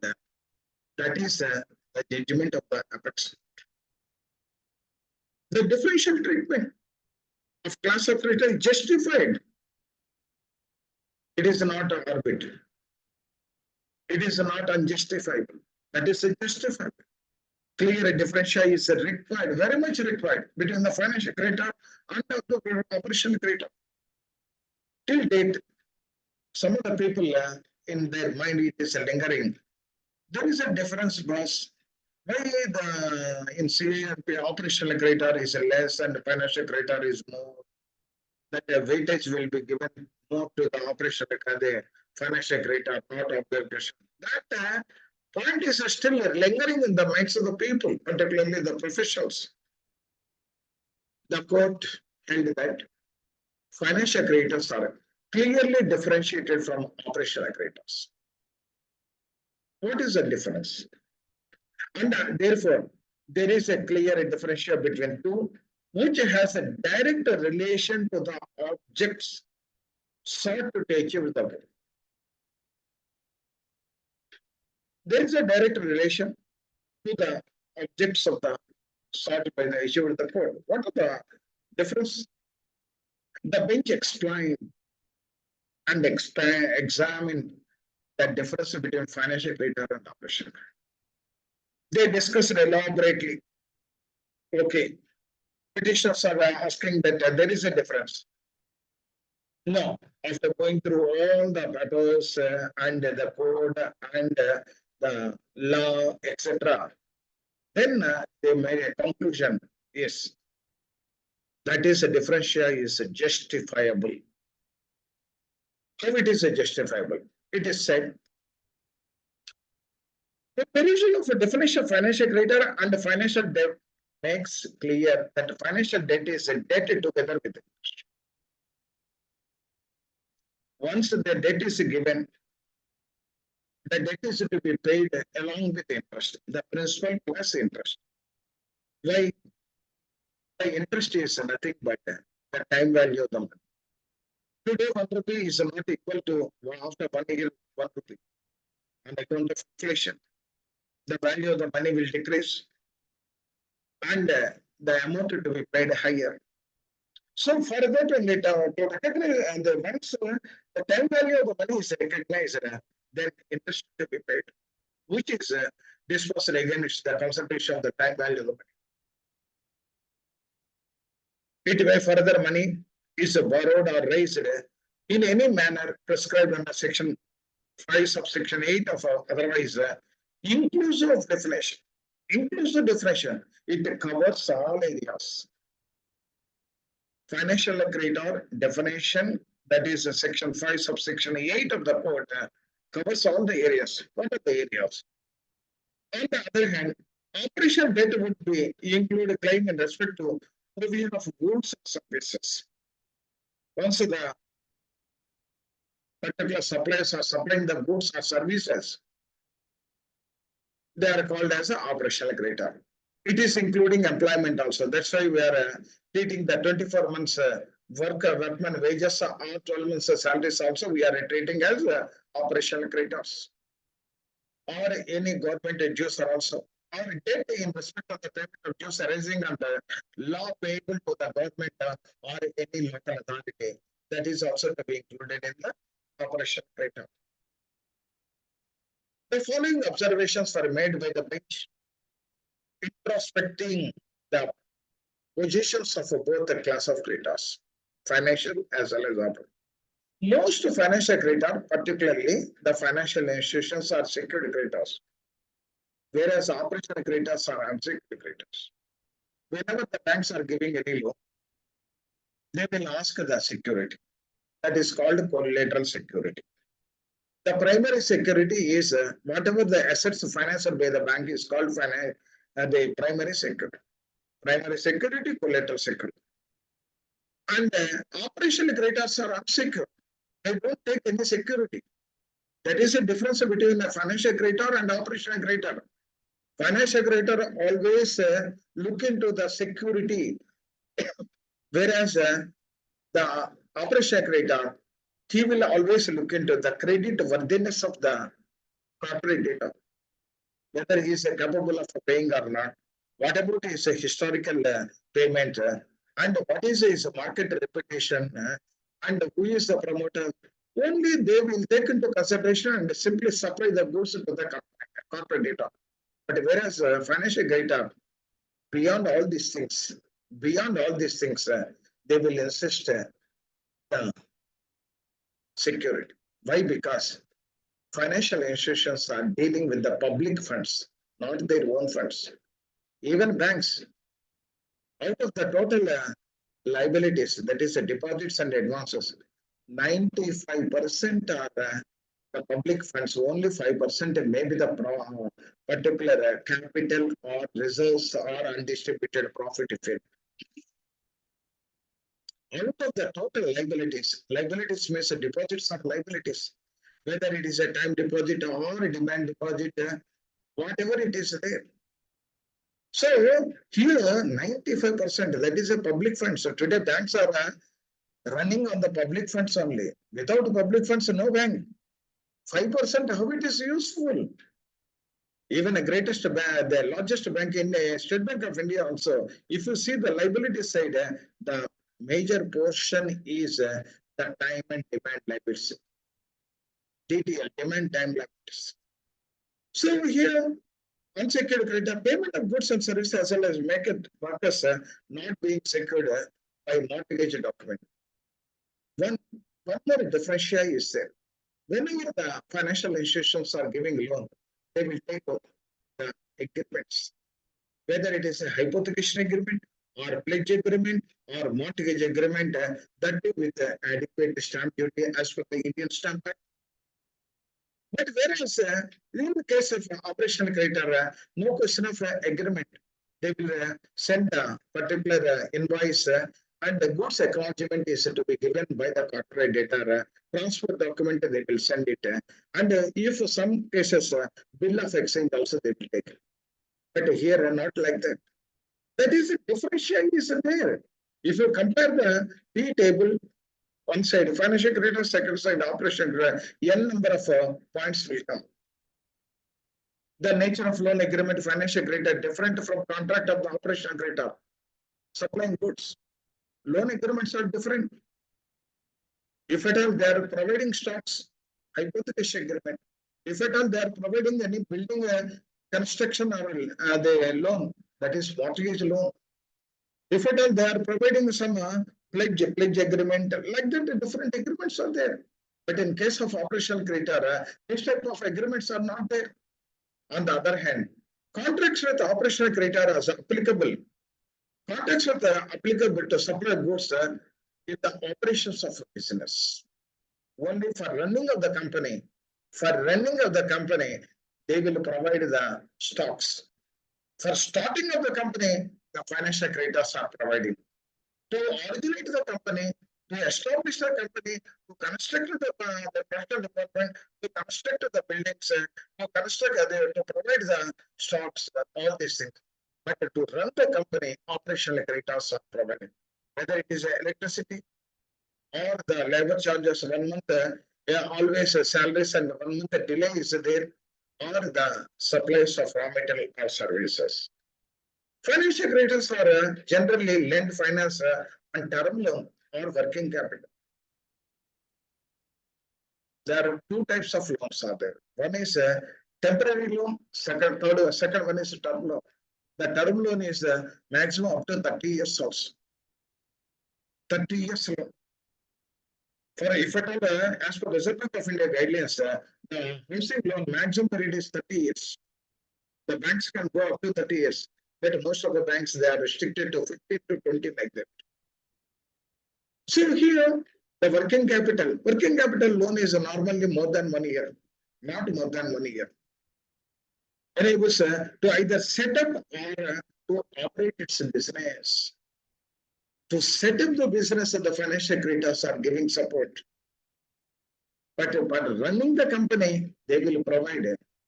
So there is a difference here between the financial creditor and operational creditor. Financial creditors are generally large sums of money. If at all you see that the big companies, even some of the big companies, my bank, State Bank of India, they will provide 5,000 crores, 10,000 crores, sometimes in consortium lending also. More than one bank will participate. They have contract, operational contracts have been due to which quantum is generally less. Because of the capacity of the operational creditor, the financial strength of the operational creditor is less when compared to the financial creditor. So that's why the loan size or ticket size of the particular credit is less in operational creditor when compared to the financial creditor. In running the business, the operational creditor has many as opposite to the financial creditor. Particularly stocks for a company, different types of stock, main stock, the other small items are to be provided. For all, if you take operational creditor, n number may be there, but whereas financial creditor, hardly 2 or 3, at the most 5 is there. But operational creditor, different areas. They, for running the company, they require so many things. So in the running of the business, operational creditor may be many. And opposite by the financial creditor who lend the finance and set up the working of the business. Financial creditors are specified repayment sheet. If it is they are giving a term loan for plant and machinery, equated monthly installment. If at all they are giving a housing loan, EMIs, equated monthly. But that also, based on the cash flow, based on the funds, the banks are defining the monthly installments of the corporate data. They're giving loans to the construction for production department or buildings or administrative buildings or plant and machinery, all are term loans and installment. Repayment schedules are there. And the defaults are entitled the financial creditor to recall the total. Once one installment is not paid, the financial creditor will ask pay the total amount. That is called they will call up the advance. They will call up the advance means total amount. If at all the account from the due date to 90 days crossed, it is to be treated as a non-performing asset.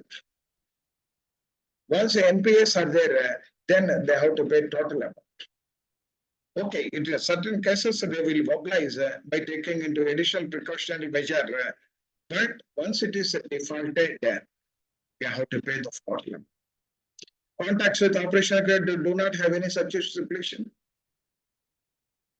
Operational creditors, not this type of stipulation. If at all you are giving some amount, they will take and the remaining balance as early as possible you pay, sir, like that. The operational creditor will request the corporate data. So here the stipulations are entirely different. Once one installment is not paid, they will call up the total advance. That is the nature of the financial creditor when compared to the operational creditor. Financial creditors are involved in assessing the viability. Whenever we are giving the loan, economic viability, technical feasibility, financial, so many feasibility studies are there. Viability studies are there. Then only we will make a conclusion to give it or not to give it. But in case of the operational criteria, simply based on the face value of the corporate data, they will provide the loan. They will provide the loan. They don't take into consideration of all these things. They are engaged in the restructuring of loan. Sometimes, if at all the business failure is there, take for example on account of pandemic COVID-19, most of the companies, the government of India given emergency loans also 20% on the total exposure. So sometimes if at all any sickness is there, unable to pay, even restructuring also after pandemic COVID-19, most of the cases are restructured by the banks. Leave it of the bank restructuring. Prepacked insolvency is nothing but a restructuring of the bank loan officially. Once the financial creditor is accepted and given the consent, then the particularly the corporate data can file an application with adjudicating authority for the PPA, prepacked insolvency resolution process. But that product is not picked up. Why that product is not picked up? The proper dissemination of information is not reached to the corporate data. Most of the MSMEs, they don't know whether PPARP product of IBC is there or not.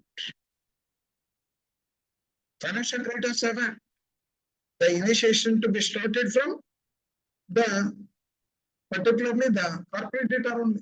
Once the corporate data are aware of the product, definitely the product publicity will happen. So the restructuring of the loan, well recognition of the corporate data business, whether the financial stress, if at all financial stress is there, operation data do not or cannot do. This type of no restructuring. Okay, some cases they will oblige also. That is off the record. But normally, once there is no agreement and no stamp duty, next simply invoice or bill of exchange or a transport document or acknowledgement of goods or services that is there, then normally, in case any crisis is there, off the record they will tell, okay, pay in installments like that. Whereas the claim gives the rights to debt only when it becomes due. A default occurs only when they become due or payable, not paid by the debtor. So the claim will arise when it is become due. Suppose the company has to pay the installment 1 lakh by end of this month. Once on the due date it is not paid, then it is called default. But as per NPA norms, we will take it up to 90 days. We will give the leverage time. After that only we will declare is a non-performing asset. Before that we will define the special mention account 0 or 1 or 2 like that. It is for this reason the financial creditor has approved default as opposed by the operational creditor who merely claims. But while filing the case with NCLT, he has to give the demand notice under Section 8. After that, followed by 9 for filing of the case. But the operational creditor simply claim. But the right of the payment of the liability obligation of the debt may be due. When this activity is borne in mind, the differentiation in the triggering of insolvency by the financial creditor is Section 7 and the operational creditor Section 8 and 9 of the become evident. That's why while filing the case by the operational creditor, he has to prove the default. He need not give the notice, demand notice like operational creditor. That's why only Section 7, if at all on due date not paid and the account turned into non-performing, immediately he will file. But in case of operational creditor, first he has to give the demand notice, followed by filing of the Section 9 application. So that's why lot of difference is there. Need not to worry about it is a constitutional validity is not there. Even though one is supplying raw material, second one is giving cash or money, and they are giving preference. They are the members of the COC, and they are having the vote.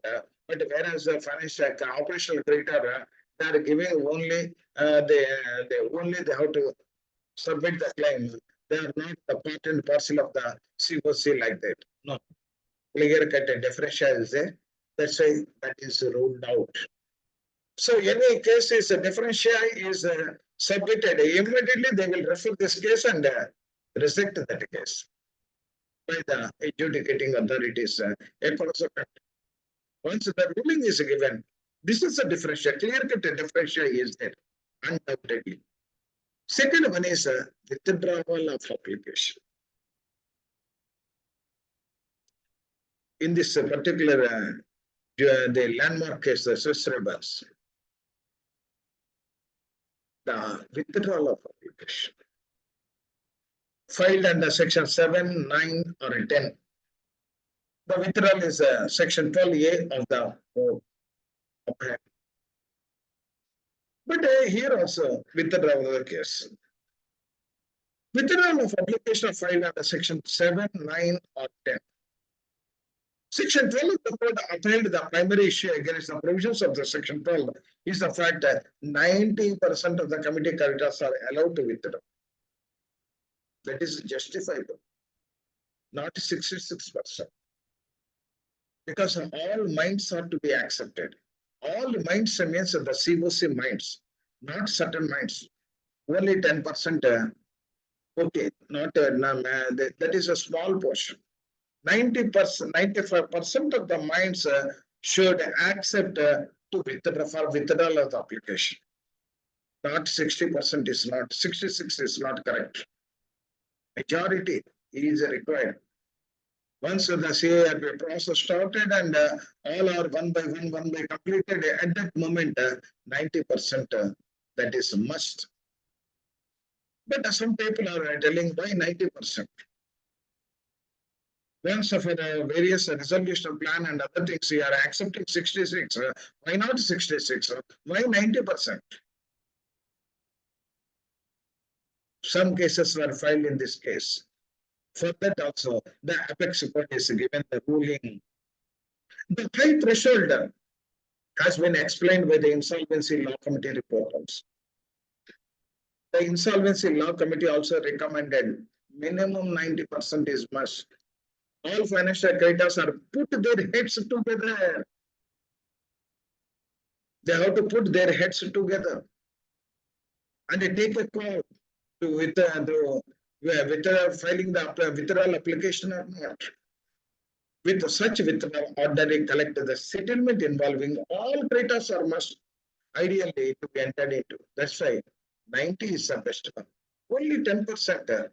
In any case, 10% that side or this side that people are not in favor, but that 10 is removed and 90% of the people should accept. Then only withdrawal should happen, not 66%. Some of the appellants they told, no, sir, see, once all resolutions are 60, why not the 66 for the 66%? Why not for withdrawal of 66%? This explains why the 90%, which is substantially all, the financial creditors have to grant the approval to an individual withdrawal or settlement.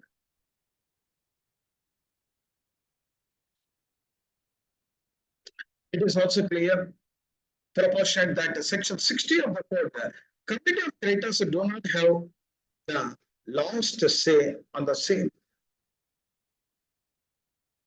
That is not final. Sometimes, even though the corporate are ready to pay, and he wants to take over the company, but he will satisfy all the creditors. Even though the 90% they are rejected, the COC is rejected, still there is a scope to decide to be decided with the adjudicating authority. 90 is not the last to say, but as per the court, 90 is there. But depending on case by case, what is that one? If the committee of treaters arbitrarily rejects as a just settlement and withdrawal of the claim, the NCLT, therefore, NCLT cannot always set aside such a measure under the section 60 of the jurisdictions are there as per the jurisdiction. And whatever it is there, hence this provision also passes constitutional limits. So in addition to 90, if a 90 acceptance or rejection is there, one more layer also established. That layer is nothing but the adjudicating authority, particularly the adjudicating authority. He will take a call whether to accept for withdrawal or reject the withdrawal. So one more layer is also established. That's why it is a constitutional validity is there. In the second point also, number of application filed, no constitutional validity. For resolution plan 66, for withdrawal that delay and then say 90%. And if a COC is taken, they simply, particularly the adjudicating authority has accepted. No. They will also follow the particular code and regulation. Genuine case or not. Then third point. Some of the petitioners they told, sir, the IRP or RP, they're acting as a adjudicating authority. Then Supreme Court clarified. They are the facilitators. They are the administrators. They are the only facilitators between the COC and the particular the company. He is the only administrator to handle the company effectively and efficiently by taking into guidance from the COC or in case required from the adjudicating authority. Unilaterally, they should not take.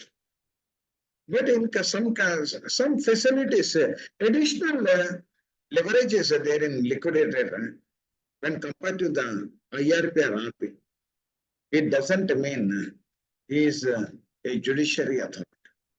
He is only a facilitator or administrator of the defunct company. The bench observed that the resolution professional is given administrative as opposed by quasi-judicial or adjudicatory powers. Of course, observe that the court has a resolution professional is given administrative as opposed by administrative powers. Whatever the rules or regulations are there. If you go through all the regulations, or if code also, only administrative duties are powers. He is not a quasi-judicially or adjudicatory powers. It is added that even when resolution provision is made to determination under section 35A, that is, he is only applied to the adjudicating authority, appropriate relief based on the determination. Whenever any issues are there, he has to bring to the notice of either the COC or the adjudicating authority and get it clarified. And he is only the facilitator and the administrator, not a judiciary authority. It is said that, unlike liquidator, the resolution profession cannot make a number of matters without approval of the committee of creditors. Correct? Liquidator, some additional facilities are there. But here, most of the cases are committee of creditors. He has to get the permission from COC or adjudicating authority. Which 2/3 of majority, 66%, replace the one resolution professional with another, as in case of unhappy with his performance. the COC is also having the particular power to change the IRP or RP. Thus, the resolution profession really a facilitator. If it is a judicial authority, the COC is not having the power to remove him. But here, power is also there to remove. If at all his functioning is not an effective one. And the result, whose administrative functions are overseen by the committee of creditors and the adjudicating authority. That's why he is purely a facilitator. Purely a facilitator. Directions are, approvals are given by either COC or the adjudicating authority. Next point raised in this case is 29A of the court being constitutionally valid. So constitutionally valid, the constitutional not valid like that, but it is valid. Related person not connected to the business activity of the resolution applicant cannot be disqualified. If at all he is a related person to the resolution applicant, and he is not part of the related to the resolution, the applicant business activity, we may consider this a resolution plan also. We may consider the related person not connected with the business activity of the resolution applicant cannot be disqualified. What is that? The challenge against the 29A of the court deals with the eligibility of the person for resolution applicant. Is correct. They mentioned some provisions. Has been dealt with elaborately in this judgment. The bench referred to cases in which the head as a resolution applicant have no vested right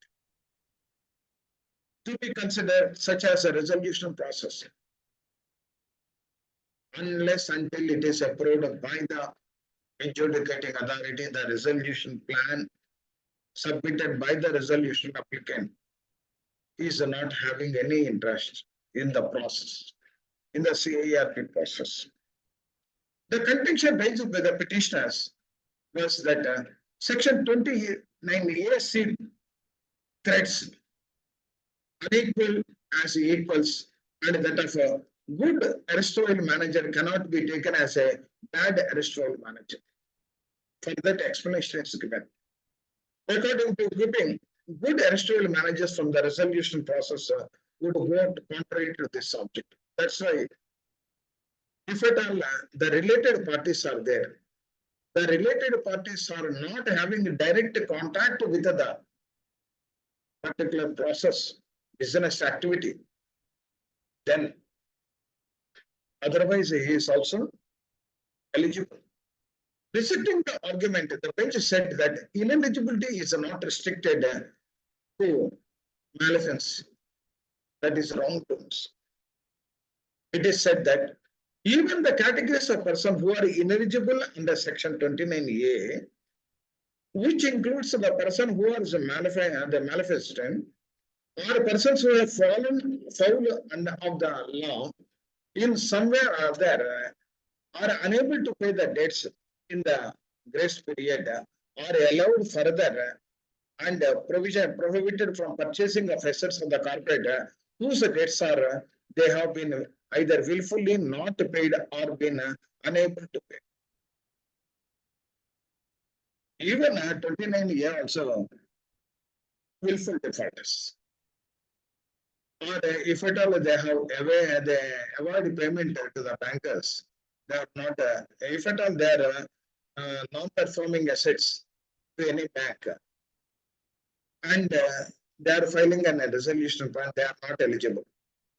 But if at all they regularize the account and submit the resolution plan without any bad or modified intention, then they are eligible. Even though he is a defaulter, not willful defaulter. Willful defaulter is entirely different.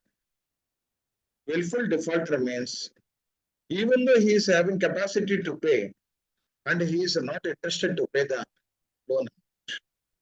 That's why RBI will declare the willful defaulters with a certain processes there. And they will conduct the interview. And after interview, if at all reasonable explanation or not provided by the borrower, then they will declare the borrower as a willful defaulter. And that information is recorded in Reserve Bank of India willful defaulters list. And they will inform to the CIBIL also, Credit Information Bureau of India Limited. And in that particular CIBIL report also, they will clearly mention willful defaulter. Then he will not get any rupee, single rupee from any bank. Not only that one, in certain cases, they are not eligible to participate in the various elections or any committees, etc., etc.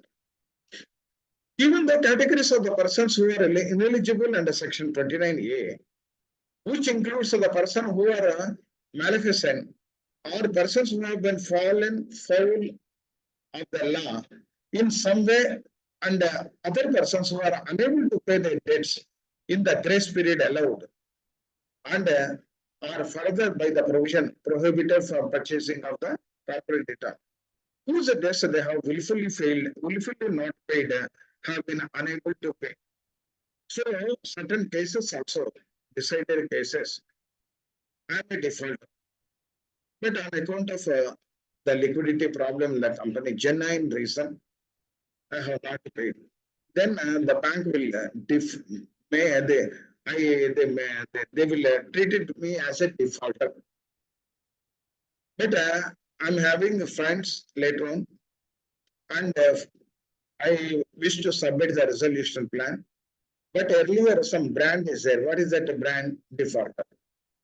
But if at all I regularize the account without any modified intentions, if I regularize the account, then I am eligible to submit my resolution plan to the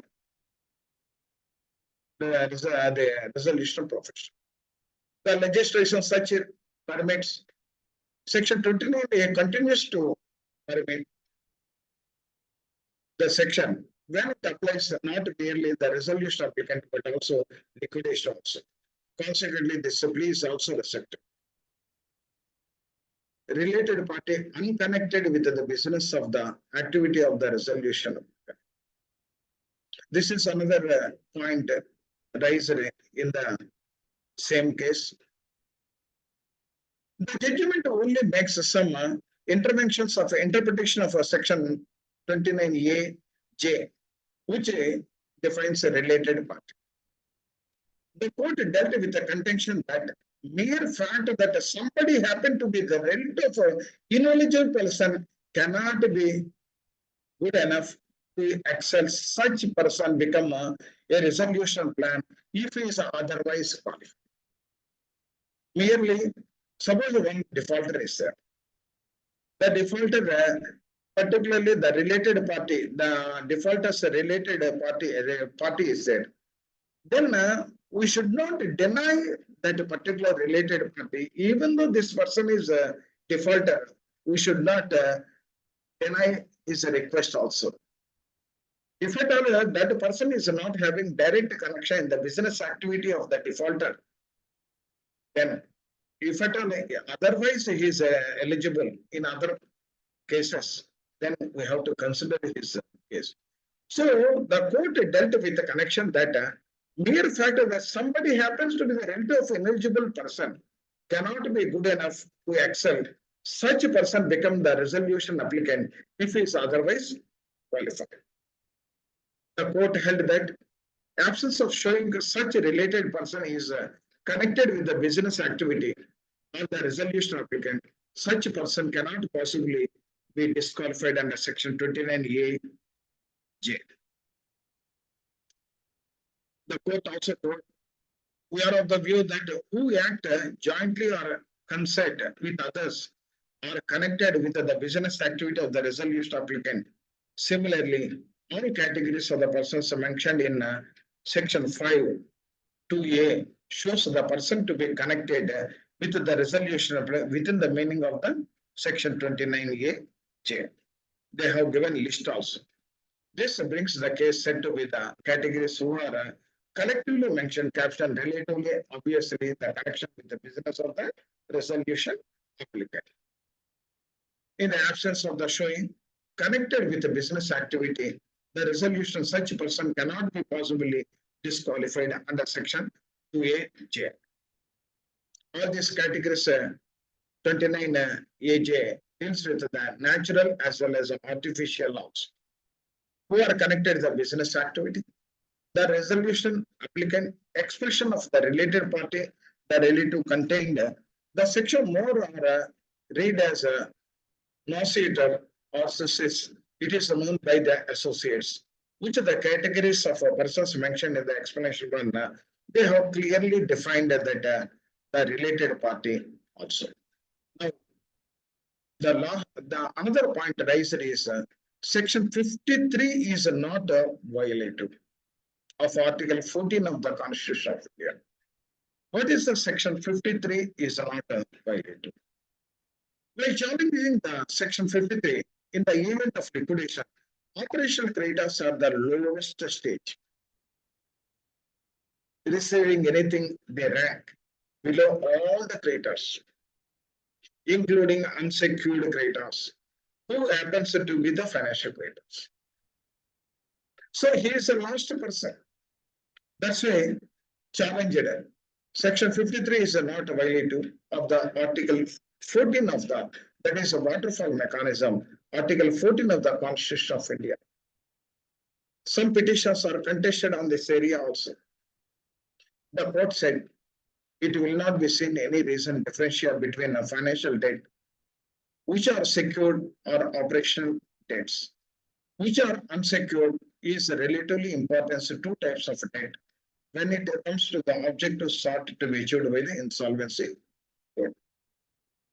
And we have already seen that the repayment of the financial debts or infuses the capital into the economy. And in as much as banks and financial institutions are able to, with the money that are paid back, to further lend such money other entrepreneurs for the business. That's why that is important. Why the financial creditor is given a topmost important? Why? Because once the amount is not given priority and not paid, that is a public money. That is a public money. Once the amount is paid, then economy will grow. Why the economy will grow? Once the funds are received by the financial creditor, then he will give further loans. Then economy will activate. So that's why this is under Constitution, particularly this is Article 14 of the Constitution also. It is whatever they told is not correct. We have already seen the repayment of the financial debts infuses the capital into the economy in as much as the banks and financial are able to with the money that has been paid back. Once the loan is recovered, then or that debt is recovered, then banks again they will give to the others. Further lend, thereby the economic activity will happen. This rationale creates intelligible differential between the financial data and operation. So the apex court also clearly told this is the difference. Why the financial creditors are given first priority and operational creditor last priority means the financial creditors is the public money, they are handling the public money. And whatever the amount they are get back on account of a recovery, then that amount will be again they will pump into the economy and thereby further development will happen in the country. Unsecured, which is directly related to the objective sought to be achieved by the court. In any case, workmen dues, which are unsecured debts, have traditionally been placed above most of other debts. But here, again, some people are argued why you are giving a topmost important to workmen dues. Even workmen dues are also earlier also they have given importance because they are earning a meager when compared to the others. If at all that amount is not paid, then automatically the people are not interested to work, and the wheel of the economy, particularly the manufacturing sectors, will not move. The wheel of the economy, if the wheels are not moving, then the economy will not move. So that's why from inception onwards, the priority to be given, they do that the wages are very, very less. Workman, that's why workman is a topper on par with the secured creditors. And the second one is the 12 months salaries next only, not on par with the workman 24 months. Thus, it is seen that unsecured debts are various kinds, so long as there is some legitimate interest sought to be protected. Having relation to objectives are achieved, statute in the code, Article 14 does not get the front. They clearly said. So whatever the code is, their code is pakka. What is the regulation pakka? So it is not bypass any constitution, fundamental, whatever the provisions are given to the public, we are the IBC is not to overtake that one. All are so in this case, number of points are discussed, and IBC is a best code covering all the aspects, and no question of differential and no question of constitutional invalidity. All these things are not there. To conclude, the court must defer to legislative judgment in the matter social economic policies and must not interfere unless exercise the legislative judgment appears to be tangible. And if you go through in detail also, they have presented the case in a structured manner by covering all these aspects. The system is checks and balances are there. IBC code to be utilized in a balanced manner, not arbitrary. And the primary objective is accelerating the growth of the economy rather than suspending the growth. Suspending the growth. If you, whatever the sections, whatever the rules or regulations are defined, all are from the economic point of view. Economic, that's why after the implementation of IBC code, the grade of the particular the country ease of doing business, good rank we have obtained. Now the rank of the country after GST and IBC, today the rank of the country is 6.3, which is the best score. Once the cross-border or group insolvency or others are rationalized, any small aberrations are there, definitely the rank will further increase. So here the system checks and balances are there in the code and utilize the balanced manner with the primary objective is economic growth rather than suspending the growth by doubting the constitutional efficacy at the threshold itself. The Supreme Court also strongly validated the code from its inception by upholding the constitutionality of the statute, and the judgment of Swiss Rubber has laid a cornerstone for the successful implementation of the code. So once the Supreme Court is not involved and not cleared whatever it is there, whatever the points the petitioners are raised, if that is uncleared, then automatically a number of cases will be pending in various courts. And people are approaching from one court to another, NCLT to NCLA to NCLA to Supreme Court. That's right. All the doubts are clarified. Whatever the doubts raised by the petitioners are clarified by the Supreme Court in a systematic manner, and whatever the provisions are there, they are brought to the notice of the petitioners, and the constitutional validity is 100% is there in the code. It focus on the intention of the legislature behind the promulgation of the code. It results in a revival resolves and revives the corporate data and significantly reinforces the efforts of the creditor and other stakeholders to achieve such end. So it focuses on intention of the legislature behind the promulgation of the code to resolve and revive the corporate data and thereby significantly reinforce the efforts of the creditor and other stakeholders to achieve such end. That's why the resolution plan is the best one and not the recovery plan.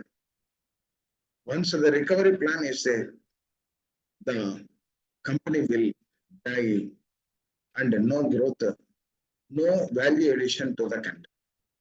The value addition to the country is a going concern. The value addition to the country is the resolution plan, not the recovery plan.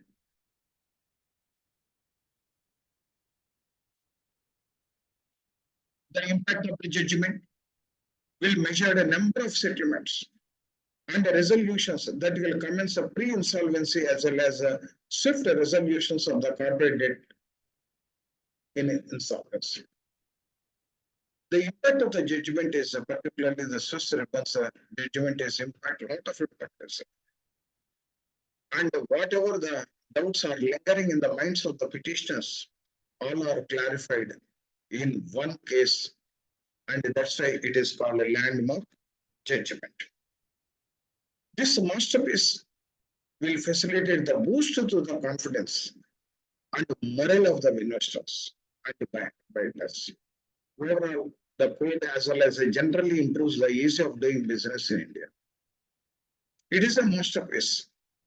That's a landmark judgment. Whenever the time permits, once or twice you go through that one, underline the important points, and whenever these are issues are arised in your cases, brought to the notice of the appropriate authority by quoting the relevant cases, definitely some good result will happen to the particular entity. So that's why this is not a one-time measure or a two-time measure. Landmark judgments, read, masterize. In one way or other, in different cases, it will touch. So whatever the important points are there in each and every landmark judgment, jot down case-wise and prepare that checklist with you.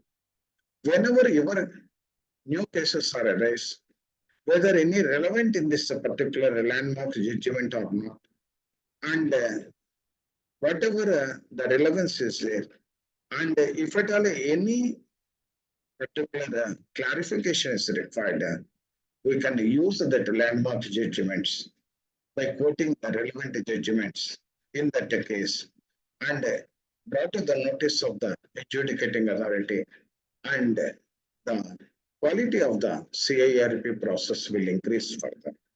So this is in brief about the two landmark judgments, and these two landmark judgments, it is the basics of the particular IBC. It is the foundations of the IBC. In the future also, these the landmark judgments are the foundations to build the structure of the IBC further. Whatever we are going for the cross border insolvency or group insolvency, if the landmark judgments are perfect, definitely we will do some quality of CIRP process in the coming days. Except. So this is in brief about this one, and thank you very much for your kind and patience listening for the last 3 hours. Any doubts or any clarification? Madam? Sir?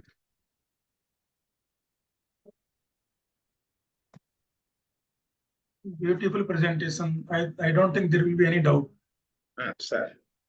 Thank you very much, sir.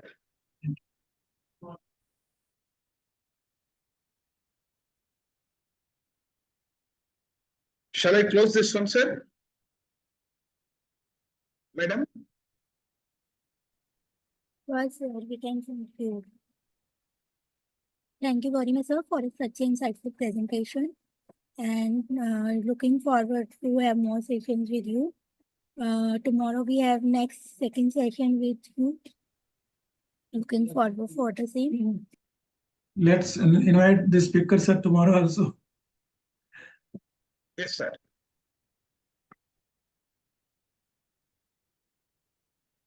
Okay, thank you very much, sir, madam, and a good day to all.